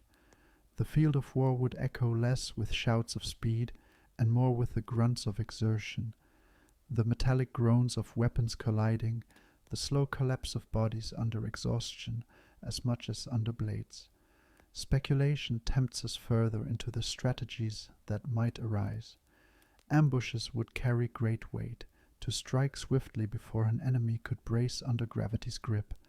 Fortifications would be prized, walls built broad and thick, not easily toppled by siege engines that struggle to hurl stones through dense air. Fire might be used less for burning and more for smoke, choking lungs in an atmosphere that already taxes breath. Rivers would become natural borders, their floods turning into allies or enemies depending on the season. War itself would be less about conquest and more about survival.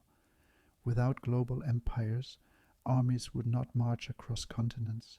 They would fight for fertile valleys, for rivers, for access to forests or mineral veins. Conflicts would be brutal but contained, their scope limited by geography and exhaustion. Wars of annihilation would be rare, but wars of attrition, of grinding sieges, of long stalemates, would be common. And what of the soldier's experience? Close your eyes and imagine it. You stand on a battlefield beneath skies heavy with storm. Your armor presses down on your chest, each breath thick and labored. Your sword, broad and dense, strains your arm with every swing. Around you, men and women clash not in fluid dances of steel, but in desperate heaves of muscle and will. The air rings with the sound of metal on metal, groans of effort, cries of pain.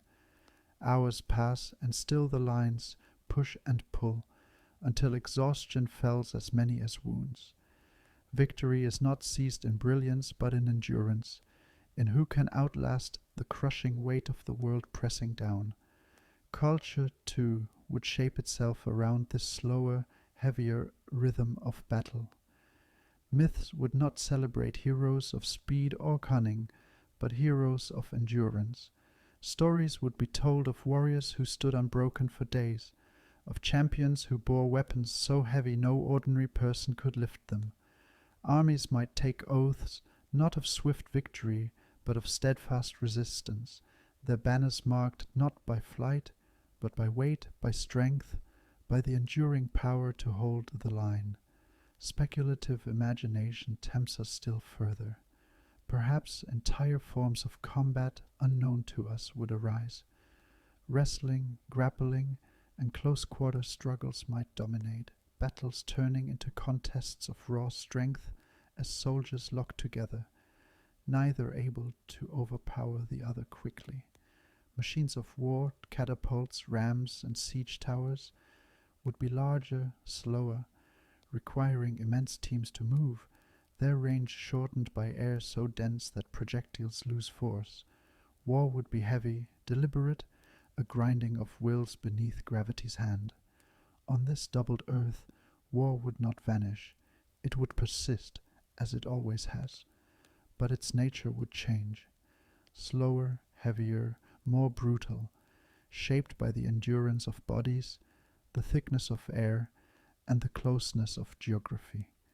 Here the story of conflict would not be one of lightning conquests, but of grinding endurance, the slow, terrible labor of survival on a world where even battle is bound to the weight of the earth itself, on a doubled earth where every movement is slower, where even battle is bound by weight. Strategy itself would transform into an art of patience. If war is endurance, then defense becomes the highest expression of survival. A people who can hold, who can endure, who can outlast not only their enemies, but also the crushing weight of the world itself, would be the ones who thrive. Walls would rise as humanity's greatest invention, not flimsy ramparts or symbolic barriers, but mountains of stone shaped by hand.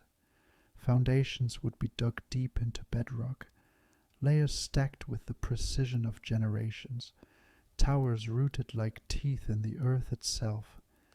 These fortresses would not strive for elegance or height, but for permanence. To look upon them would be to look upon something as inevitable as the cliffs of a coastline, structures so heavy and steadfast that they seem carved not by human effort, but by the planet itself.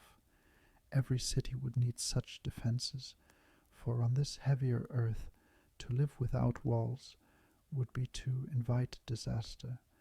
Settlements would be laid out with fortification in mind, homes clustered close, granaries sunk into protected caverns, streets built narrow to funnel enemies into choke points.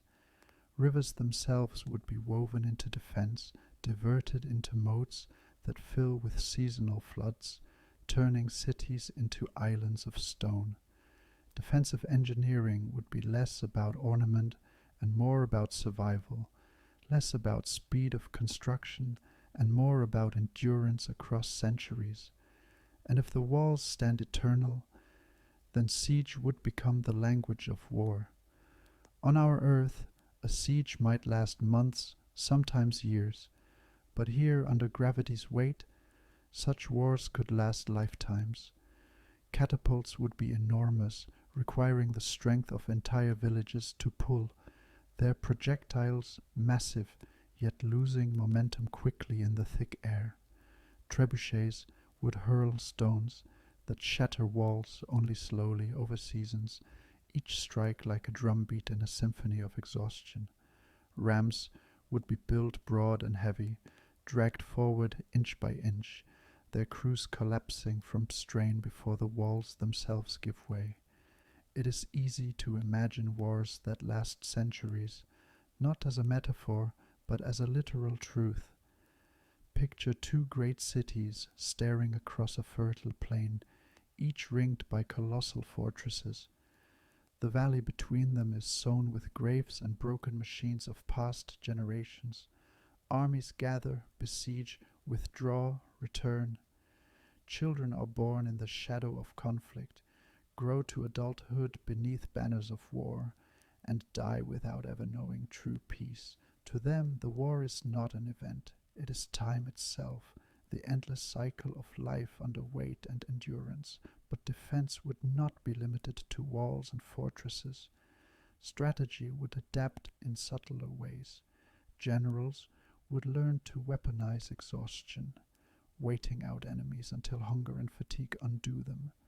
Smoke would be a tool of suffocation, choking lungs already strained by heavy air.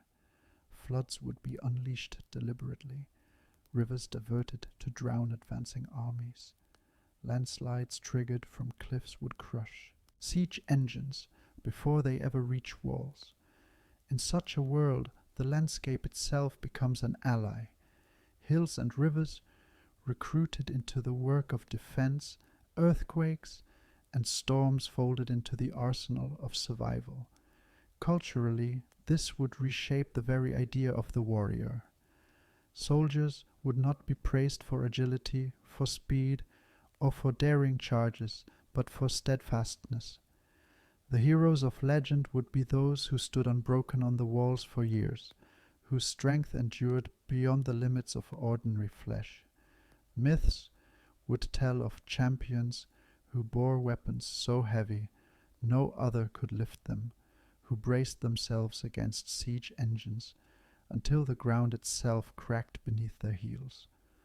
War songs would be less about the thrill of victory than the weight of endurance, chants echoing across battlements to remind defenders that to outlast is to win.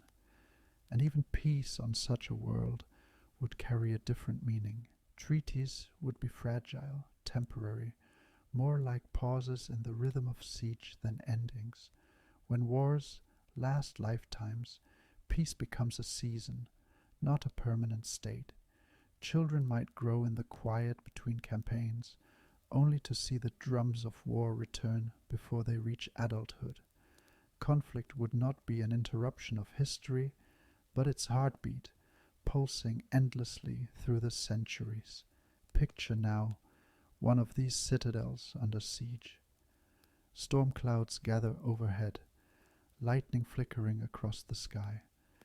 Outside the walls, rows upon rows of tents sag under rain, soldiers huddling in exhaustion, their armor rusting in the constant damp. Siege engines creak forward, dragged by straining teams, each inch gained a victory, each stone hurled against the walls, an offering to time itself. Inside the fortress, life continues, blacksmiths forging weapons in subterranean forges, children playing in courtyards shielded by stone, priests chanting prayers that call on the endurance of their gods. For those within, the siege is not terror. It is life, expected, endured, and folded into the rhythm of existence.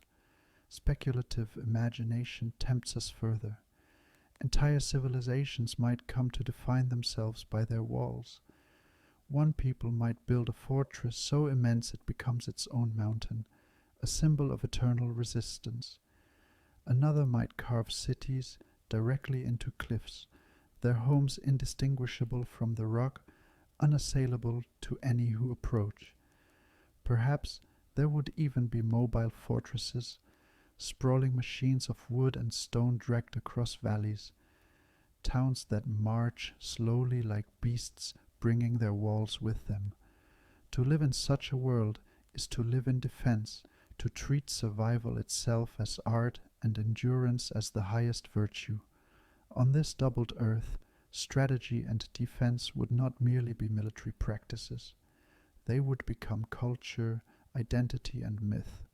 Walls would be sacred, sieges eternal, patience the highest form of wisdom. Victory would not belong to the swift, but to the steadfast, those who endure beneath the crushing weight of time, of war, and of the doubled earth itself. When skies weigh heavy, when auroras blaze nightly across the heavens, when gravity itself shapes every step and every breath, the human imagination cannot help but turn to gods. On this doubled earth, myth and religion would be no less present than rivers or mountains, for the very environment would demand explanation, reverence, and ritual. Look first to the sky. On our earth, the heavens are distant, open, and light, but here the atmosphere presses thick, scattering the sun's rays into deeper colors, dimming stars, and filling nights with sheets of fire as auroras spread across latitudes. To live beneath such skies would be to live constantly reminded of forces beyond comprehension. The heavens would not be still and silent, but alive, breathing light, shifting colors, glowing veils that turn the night into a canvas of gods. Religions would spring from this spectacle. People might look upward and see the auroras as rivers of divine energy, the breath of gods spilling across the world. They might see the weight of the atmosphere itself as the hand of creation, pressing down upon them, sculpting their forms. Where our myths often imagine gods as towering figures, theirs would be compact, powerful, muscular, mirroring the people themselves, beings of endurance rather than height, embodiments of patience rather than swiftness.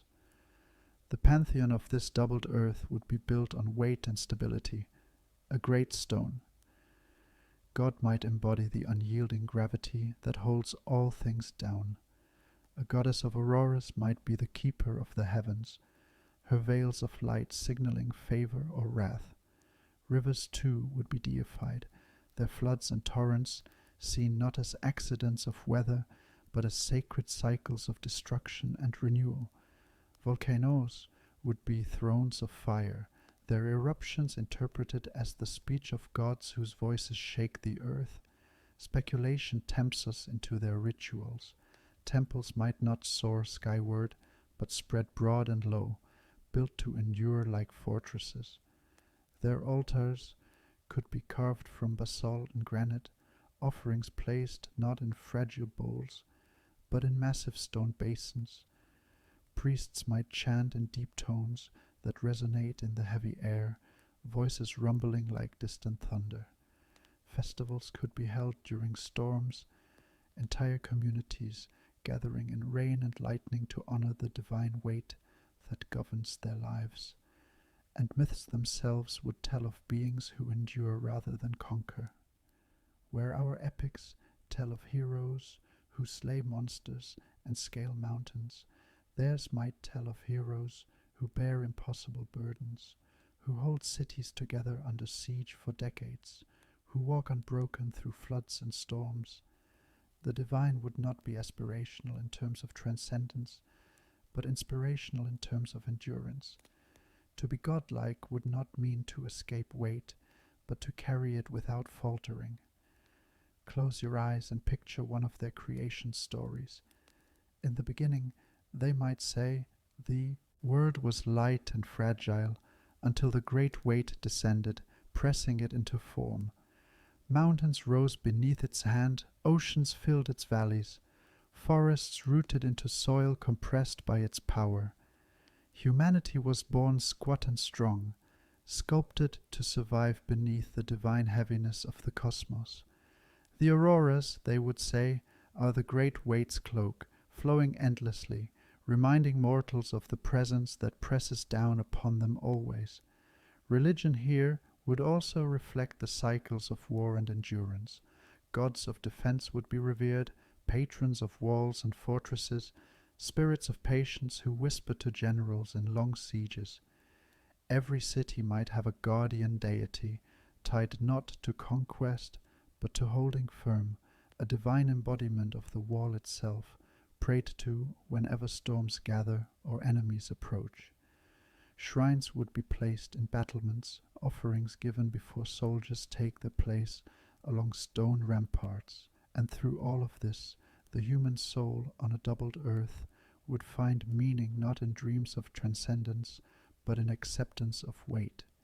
Faith would teach that heaviness is not curse but order, that patience is divinity, that survival under pressure is the holiest act. Speculative imagination tempts us to see how this faith might endure through centuries. Perhaps they would not dream of heaven as an escape into weightlessness, but as a place where the gods themselves carry the great weight, sharing the burden with mortals. Perhaps the highest prayer would not be for freedom from gravity, but for the strength to endure it another day. In such a world, religion would not be an ornament or an afterthought. It would be the spine of civilization, the story through which every storm, every war, every breath is understood. On this doubled earth, myth and religion would remind humanity daily. The weight you carry is not only physical, but cosmic. It is the touch of the divine, the measure of your endurance, the very meaning of your existence beneath the heavy, unyielding sky. If myth provides the stories of gods, then philosophy provides the questions of meaning. On this doubled earth, the very act of living under heavier skies, denser air, and stronger gravity would transform not just bodies, not just cultures, but thought itself. Gravity would not be seen as a silent law of physics, but as a guiding principle of existence, a cosmic order around which entire systems of philosophy would be built. To live here is to be pressed down constantly. Every step, every breath, every act of labor is a reminder of weight. It is impossible to ignore, impossible to escape. Where our philosophies have often wrestled with abstraction, with the nature of truth, freedom, or morality, theirs would begin always with the concrete, the great weight that binds all things. To them, gravity would not be force alone. It would be presence, inevitability, law, and perhaps even justice. Cultures across this doubled earth might give gravity many names. Some would call it the great weight, the unseen ruler that presses equally upon all from king to farmer. Others might speak of it as the root, the force that grounds all life, keeping it from drifting into chaos. Still others might frame it as the patience of the world, the endurance of the planet itself, reflected in the endurance demanded of its creatures. Whatever the name, it would be seen not as burden, but as order, the ultimate reminder that to live is to endure, and to endure is to live rightly.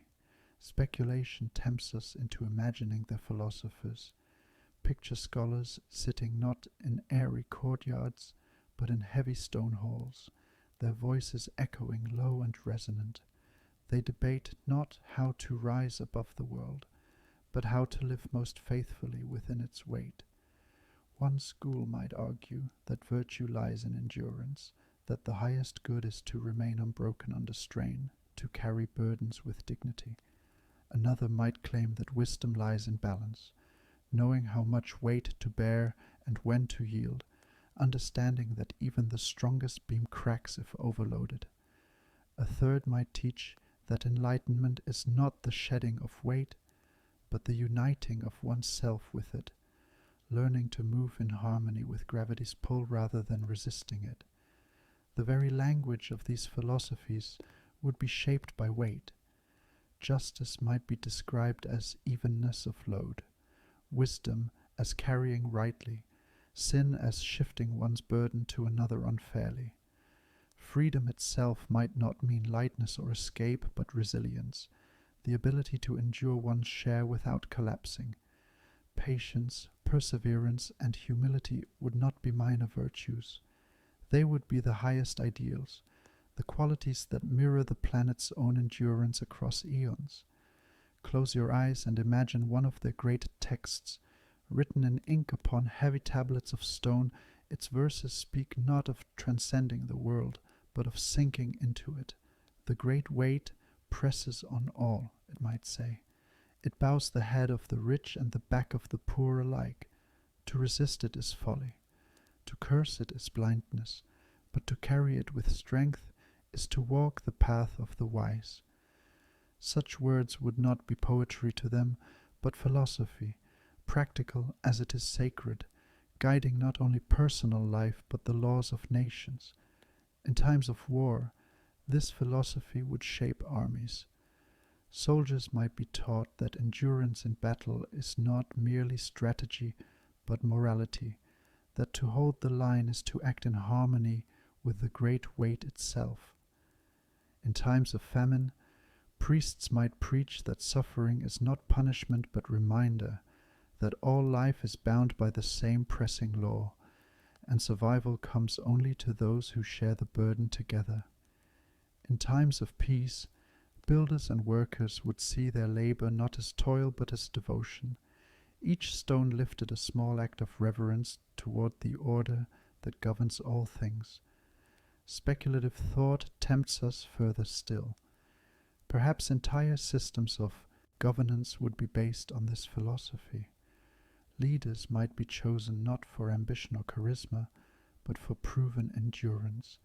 Elders who have weathered decades of storms, generals who have stood through endless sieges, farmers who have carried the heaviest loads. Authority itself might be described as weight. To rule is to bear, to govern is to carry the burdens of many.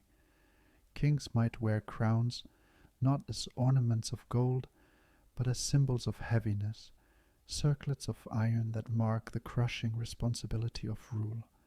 And always, above and within it all, the auroras would glow across the night skies.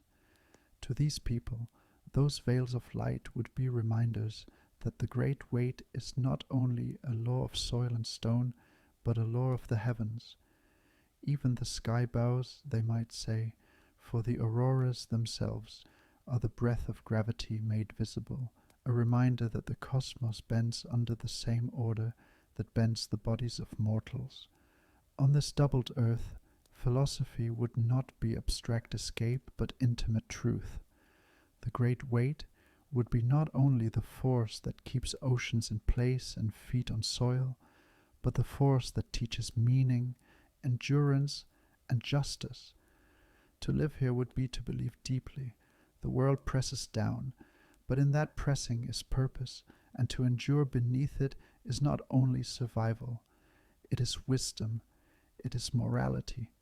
It is, perhaps, the very essence of being human. Walk through one of their cities, and you understand, without a word, what beauty means on a heavier world. Streets run broad and low, paved in slab and river stone. Buildings don't climb, they settle, shouldered into the ground. Foundations keyed to bedrock. Walls thick enough to carry not just their own weight, but the stubborn tremor of a planet that moves more vigorously beneath. The aesthetic is not assent, it is assurance. Corners are rounded to shed wind, eaves sweep long to pour away rain, buttresses lean like clasped hands. Facades are quiet, bands of carved basalt, courses of ironwood, plates of hammered bronze with a living patina. To live here is to love things that stand. Architects compose in mass and pressure. Plans favor wide spans supported by vaulted ribs, shells poured in volcanic cement, lattice-work arches whose thrusts meet in deep anchors below. Ornament is structural.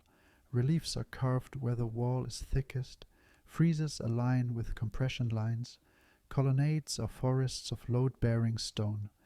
Public buildings, courthouses, baths, markets sit like grounded ships, hulls of masonry braced to ride out quakes and storm.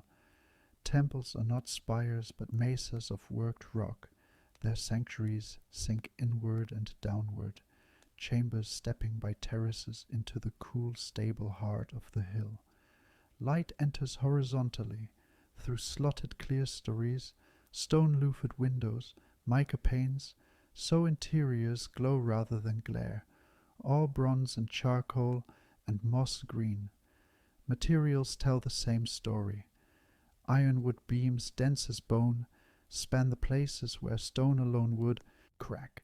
Fired ashcrete, aggregate of scoria, pumice, and lime, sets into a material that hardens with time and heat. Clay is tempered with basalt dust. bricks cure in kilns, vented to the prevailing wind. Glass exists but rarely, thick, bubbled, smoky, a jeweled darkness used for lenses and lamps more than for walls.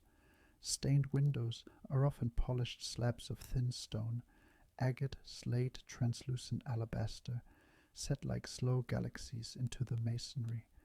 Joinery is oversized, dovetails the size of fists, pegs like thumbs, mortises you can step into. Even textiles inherit gravitas, tight weaves, weighted hems, dense felted cloaks that hang close, shedding rain and wind like bark. Sound in this dense air becomes a sculptor too. Voices settle lower, consonants soften, vowels lengthen. Songs are written for resonance, not flight. You hear drums first, deep kettle bellies of fired clay, hides stretched thick and laced with braided reed. Frame drums as wide as doorways pulse like weather. Horns curve from river beast bone and cast bronze. Their notes roll for valleys. Flutes exist, but they whisper, their lines braided into the ground tone rather than skipping atop it. Stringed instruments are long-bodied and low-strung, their voices a river hum, lyres with bull-thick arms, zithers bolted to tables of cedar, bows that speak in warm thunder. Choirs stand in half-circles within stone apses, arranging bodies where the wall teaches harmony. A single-held note blooms and hangs, a lantern of sound you can almost touch. Amphitheaters grow out of hillsides. Architects tune them as if they were instruments. Apertures for wind, vaults that swell certain frequencies, ribs that scatter echoes, so the speech at center arrives as a weight on the chest rather than a dart to the ear. Festival grounds are paved with resonant flagstone. When dancers stamp, the ground answers. Even the city itself is scored for weather. Gutters that sing in rain, storm doors that thrum, bell towers that are more drone than chime, low notes you feel through your ribs, tolling shifts of tide and watch. Dance does not escape gravity. It enters into covenant with it. Steps use the whole foot. Phrases are carved from stance and stillness, from the measured transfer of weight. Leaps exist, but they are short, deliberate, more proclamation than escape. Ensembles move like tides, rows of bodies folding and rising, torsos spiraling in slow, powerful arcs, shoulders and hips speaking as clearly as hands. Percussive forms dominate, heel and palm polyrhythms, staff and floor dialogues, processions where the choreography is the architecture, 1,000 feet crossing a bridge in patent cadence so the span hums. In the forests, a different school develops, dancers wearing harnessed trunks and branches, their movements borrowing from the sway of storm-loaded trees, from the twist of vine, from the set of root in moving soil. Visual art favors endurance. Pigments come from the planet's blood. Iron oxides for red and umber, manganese for purple-black, ground malachite for greens that feel like leaf and river, charcoal blues that remember ash and night. Paintings live on plaster that breathes with the wall, frescoes bound into lime so image and structure weather together. Motifs repeat, the spiral of a cyclone, the chevron of terraced fields, the circle of a shield, the vertical marks of rain. Figures are compact, balanced in stance, knees bent slightly against the constant pull. You see hands, large, knuckled, capable, rendered with reverence, backs bear loads, shoulders set. The heroic body is not a spear of grace, but a pillar of grace, beauty that can carry. Sculptors prefer stone that answers pressure, basalt, diorite, granite, worked with patience and water and grit. They carve keystones that are both art and brace, guardian beasts and gods posed where the arch meets itself, where their mass quiets the thrust. Bronze casters pour in small increments, layering metal like growth rings, so that statues develop skin with the memory of heat and time, a finish that invites hands, that records weather in soft mineral bloom, reliefs along the city walls read like epics, not cavalry and charge, but planting and flooding, raising beams and sharing burdens, the choreography of survival mapped in chisel. Letters themselves have weight. Scripts swell thick where the stroke meets stone. Serifs are wedges that lock a character against the page. Pages are not flimsy. They are bark laminate, vellum laminate, clay tablets fired to permanent dusk. Calligraphy is a craft of pressure, the nib broad, the ink heavy, the line a record of breath and hand. Poetry loves measure, lines paced to footsteps, caesuras aligned with the cadence of work. Verses are recited to the timing of irrigation gates opening, to the thump of threshing, to the slow count of lifting and passing a block along a human chain. Fashion tells the weather and the weight. Belts wide to brace the core, boots that hug the ankle and spread the foot, layers that slide rather than billow, hems taped with chain or clay beads, so cloth falls true in wind.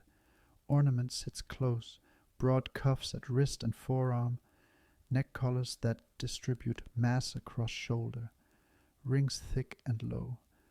Jewels are not sparks but embers, smoked quartz, river-worn jade, dull gold hammered to matte softness. Patina is not decay, it's a biography.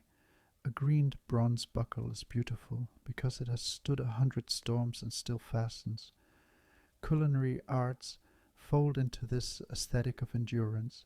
Kitchens lean to stews and slow roasts, foods that turn tough fibers, tender under time and pressure. Thick broths that warm lungs after cold storms, breads with dense crumb that carry a worker through a long day. Ferments thrive in the heavy air, yogurts and pickles and dark vinegars that balance heat and humidity. Spices are local, loud, grounding, resinous herbs, citrus peels confited, salt smoked over, ironwood fires. Flavors built to inhabit the mouth, not flash through it. Sport shades into ritual craft. Games test the virtues the world requires. Stone lifting in teams, balance marches across swaying beam bridges, distance carries rather than sprints. There are throwing sports, but for accuracy and arc under weight, not for speed. Wrestling is revered. Contests where the aim is not to toss, but to fix, to root, to bring another body to stillness without harm. Audiences sit close, listening as much as watching, the scrape of foot on packed earth, the slow change of breath, the moment when one center of gravity persuades the other to yield. Festivals gather all these arts into a single, slow blaze. Streets are resanded to tune their sound. Great drums are winched into towers. Processions advance like tides. Guilds of masons with hammers tapping out meter. Boat rides bearing carved ribs. Weavers holding looms that sing when plucked. Lanterns are heavy and low, glass thick, wick wide, light pools and overlaps like watered silk across stone. At the height, the city's choir filled the square with a chord held past comfort, held until the night itself seems to vibrate. Above, the sky answers, rivers of aurora unfurling, colors folding and unfolding like breath. No one hurries. The beauty here is not a spark. It is a pressure that becomes presence. Underlying it all is a philosophy of making that treats durability as a form of mercy. A well-built bridge spares future backs. A tuned amphitheater lets a storyteller speak without strain. A cup with a thick lip welcomes a tired hand. Craft guilds teach that the first task of art is to carry weight, water, wind, memory. Masters sign their work with small inlays. A strip of basalt in a stair's nosing, a knot of ironwood in a beam, touch points for descendants to greet across years. When storms pass and ash settles, people rub those marks clean first, as if the city were a living instrument they must keep in tune. Even play has ballast. Children roll carved stone hoops because wood warps in the rain. Their kites are low and broad, built to wrestle with the stout wind. They do not climb to vanish. They strain and bow, line singing in the hand, a lesson felt through skin. Lift is a conversation with pull. They learn early the art of leaning, not against, but with, the same grammar that sculpts their songs and buildings and stories. So the arts of a heavier earth arrive at a different definition of grace, not flight but stance, not glitter but glow, not the momentary triumph over gravity, but the practiced friendship with it.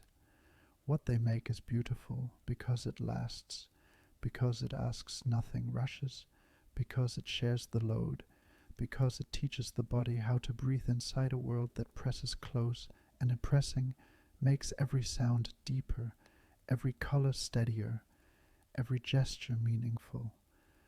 Under the weight of a doubled earth, the stories people tell, their myths, their heroes, their very sense of aspiration, would be shaped as much by gravity as their bones and breath. Where art had already embraced weight as beauty, storytelling would turn weight into destiny, and from that destiny would emerge figures larger than life, not in size but in endurance. On our earth, myths often celebrate flight, Icarus climbing toward the sun, gods descending from the heavens, heroes leaping over mountains. But on this heavier world, flight would be nearly impossible, and leaps would be short, costly acts of defiance. The hero, then, would not be the one who soared upward, but the one who resisted gravity's grip, if only for a heartbeat. Tales might speak of men and women who could leap higher than their peers, touch a tree branch others could not reach, or climb a cliff face in a single bound. In a world where every movement carries cost, such feats would not be trivial. They would be legendary. Picture a fireside in such a civilization. A child leans close, listening as an elder describes the great founder who long ago lifted a stone heavier than 10 men could carry. Or the warrior who stood firm as the earth quaked, unmoved by the ground's fury. Or the prophet who climbed the world's tallest tree, reaching into the storm-choked sky to pluck a branch touched by lightning. These would be their epics, not of speed, not of distance, but of defiance against the weight that all must bear. The structure of stories would follow this logic. Plots would not race toward sudden climaxes, but build slowly like sieges, emphasizing endurance and patience. Heroes would not be clever tricksters who escape easily, but steady figures who withstand trial after trial, wearing down obstacles by refusing to yield. The rhythm of their myths would mirror the rhythm of their lives, slower, heavier, more deliberate, each step meaningful. Speculative thought tempts us to see how this obsession might shape entire cultures. Festivals might revolve around contests of strength and endurance. Who can carry the heaviest stone? Who can kneel longest beneath a burden? Who can walk furthest without falling? Victors would be immortalized not as athletes, but as cultural giants, symbols of humanity's ability to endure what the earth demands. Children would dream not of flying or running swift, but of standing unbroken when others collapse. The divine, too, would be told through these stories. Gods themselves might be imagined as squat, muscular, compact beings, deities not of lightness or transcendence, but of groundedness. The pantheon would be full of figures who embody patience, stability, and resilience. A sky god might not hurl lightning bolts downward, but instead hold the heavens aloft against their own crushing weight. A goddess of rivers might not dance lightly across water, but instead be imagined as a vast figure pushing back against floods, her body an immovable dam. Even villainy would be defined differently. On our earth, trickster. Gods and swift demons embody fear of chaos. But on a doubled earth, chaos is not speed, it is collapse. The villain might be the one who gives in too soon, who crumbles, who fails to bear the burden. Myths would warn against weakness, impatience, surrender. The moral lesson, repeated again and again, would be simple. Do not break. Close your eyes and imagine hearing such a tale as a child. The fire flickers. Shadows make the storyteller's face a mask of stone. You listen as they describe the hero who bore the mountain's weight upon their shoulders, who walked into the storm and did not return for 7 days, but emerged alive. Your heart beats faster, not because the hero was swift or clever, but because they were unyielding. In that moment, you understand what it means to live on this earth, to be shaped by weight and to find greatness in defying it, even for a breath.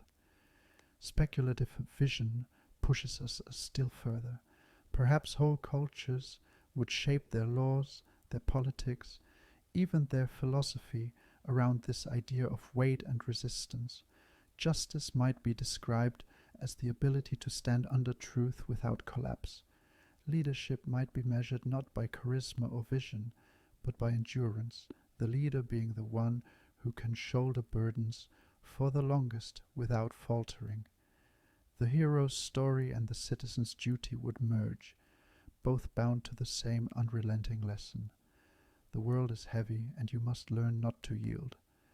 Thus, storytelling on a doubled earth would not be escape from reality, but reflection of it. Each myth, each hero, each song would be an echo of gravity's hand, and in that echo, humanity would find its identity, its strength, and its hope.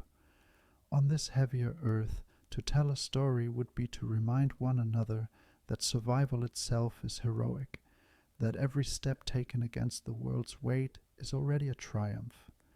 If this doubled earth had always been so, if from the moment it cooled from molten beginnings, it had been larger, heavier, and denser, then the story of life and civilization would have unfolded in an entirely different rhythm. Humanity, as we know it, would not dream of reaching outward, because the sky itself would be too high, too heavy, too hostile. The stars, which on our earth inspired myths of ascent and voyages across the heavens, would be distant fires observed in silence, objects of reverence but never of ambition. On this heavier earth, the horizon would not pull the imagination outward. It would press the imagination downward, inward, deeper into the bones of the world itself. Progress here would not mean exploration of the sky or even the vast seas above. It would mean mastery of what lies below. The labyrinths of caverns, the restless magma beneath mountains, the dark trenches of oceans that cut into the planet like scars. Humanity's instinct for discovery would not be denied but redirected. To rise upward would be futile. To descend inward would be inevitable. What could not be climbed would be tunneled. What could not be flown across would be burrowed under or swum beneath. Picture the earliest tribes of such a world. On our earth, humanity's ancestors looked at the constellations, charted them in myth, and navigated by their patterns. But on this doubled earth, the night sky would be dimmed by denser atmosphere, the stars blurred and muted. People would not look up for guidance, but down, to caves, to hollows in the hillsides, to rivers that disappear underground. Firelight would not be lifted toward the heavens, but carried into the mouths of caves, illuminating chambers where shadows ripple like living spirits. Here gods would not dwell above. They would dwell below in stone and root, in the molten fire that runs beneath the crust. Myth itself would be inverted, turned inside out. Civilization, when it came, would follow this pattern of descent. Instead of towers and ziggurats climbing toward the heavens, Humanity would carve into cliff sides, burrow into hills, hollow the earth beneath their feet. The first cities would not be skylines, but labyrinths, tiered galleries carved into mountain flanks, chambers descending in layers like inverted pyramids. Streets would run underground, lit not by sunlight but by torches, oil lamps, and bioluminescent fungi cultivated in dark alcoves. What begins as shelter from storms, quakes, and floods would become tradition, then culture, then identity. Beauty itself would be redefined.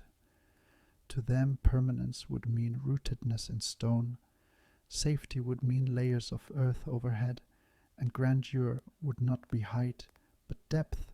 The oceans, too, would hold sway over the imagination.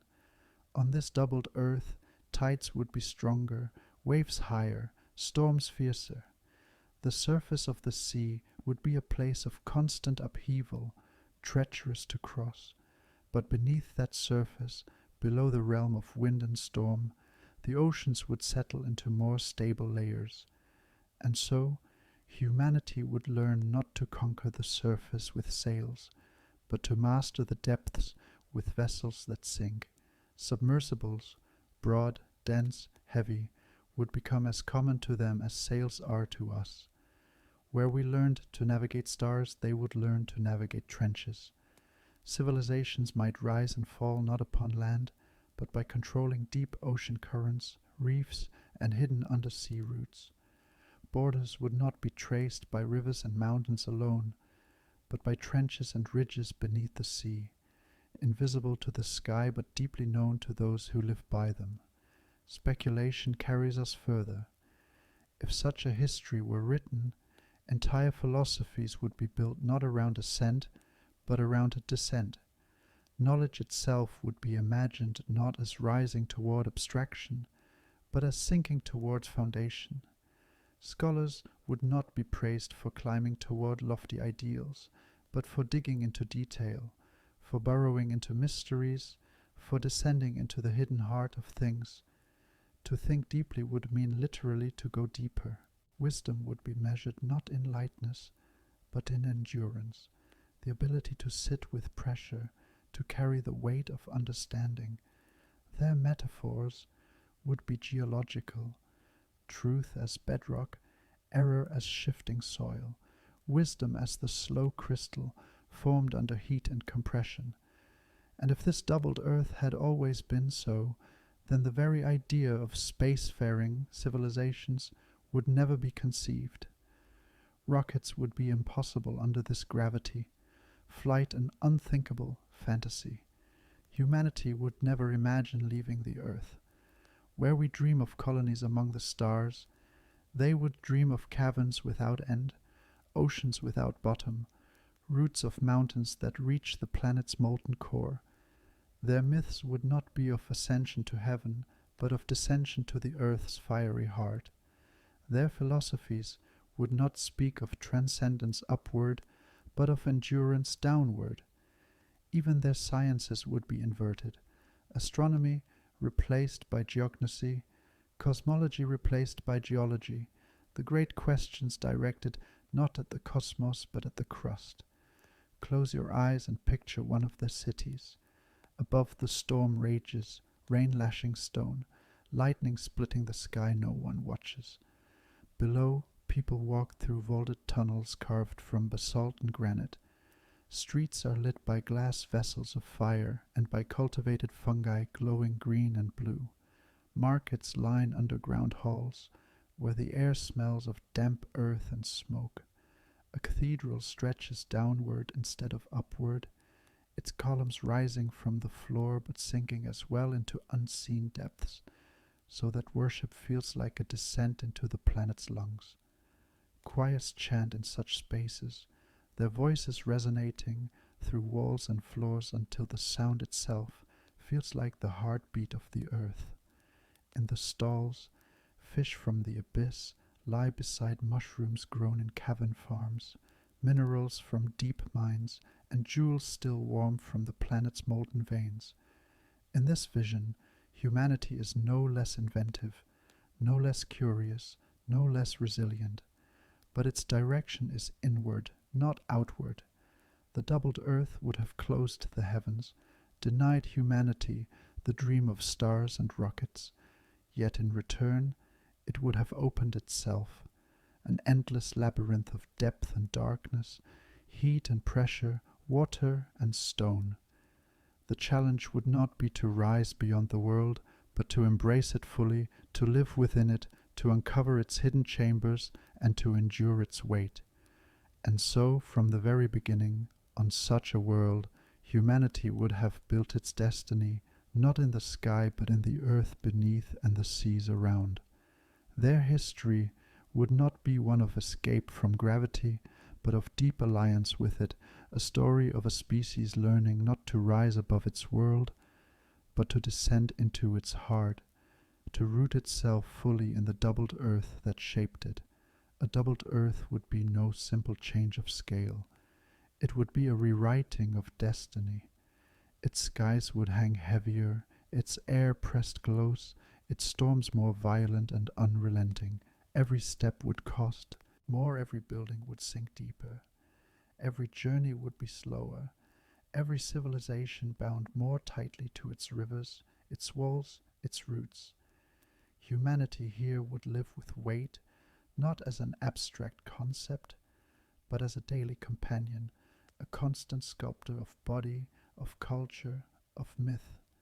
And yet, within that weight, there is also strength. For when the air itself presses harder against your lungs, to breathe is already an act of defiance. When the ground trembles and the seas roar, to build is already a miracle. When the very law of nature demands patience and endurance, to persist becomes the highest form of brilliance. This heavier earth would not strip humanity of meaning. It would forge it, hammering existence into something denser, more enduring, more resilient than we can imagine. But the central question lingers, unresolved, echoing in the air as thick as the world itself. Would such a planet hold us down, binding us forever to soil and sea, never lifting our eyes beyond the horizon? Or would it make us stronger, shaping a humanity defined not by speed or escape, but by resilience, patience, and the power to endure? Close your eyes one last time and picture it. Twilight descends, skies darkened not just by night but by the density of atmosphere itself. Across the heavens, auroras burn like rivers of fire, streaks of green and violet shimmering from pole to pole. Beneath them, a compact humanity gathers, their bodies short and powerful, their hearts heavy but unbroken. They look upward, past the glow, past the stars they will never touch, and though they cannot reach them, they still dream beneath them, a dream not of flight, but of endurance, of beauty carved from burden, of life lived fully under the unyielding weight of a doubled earth.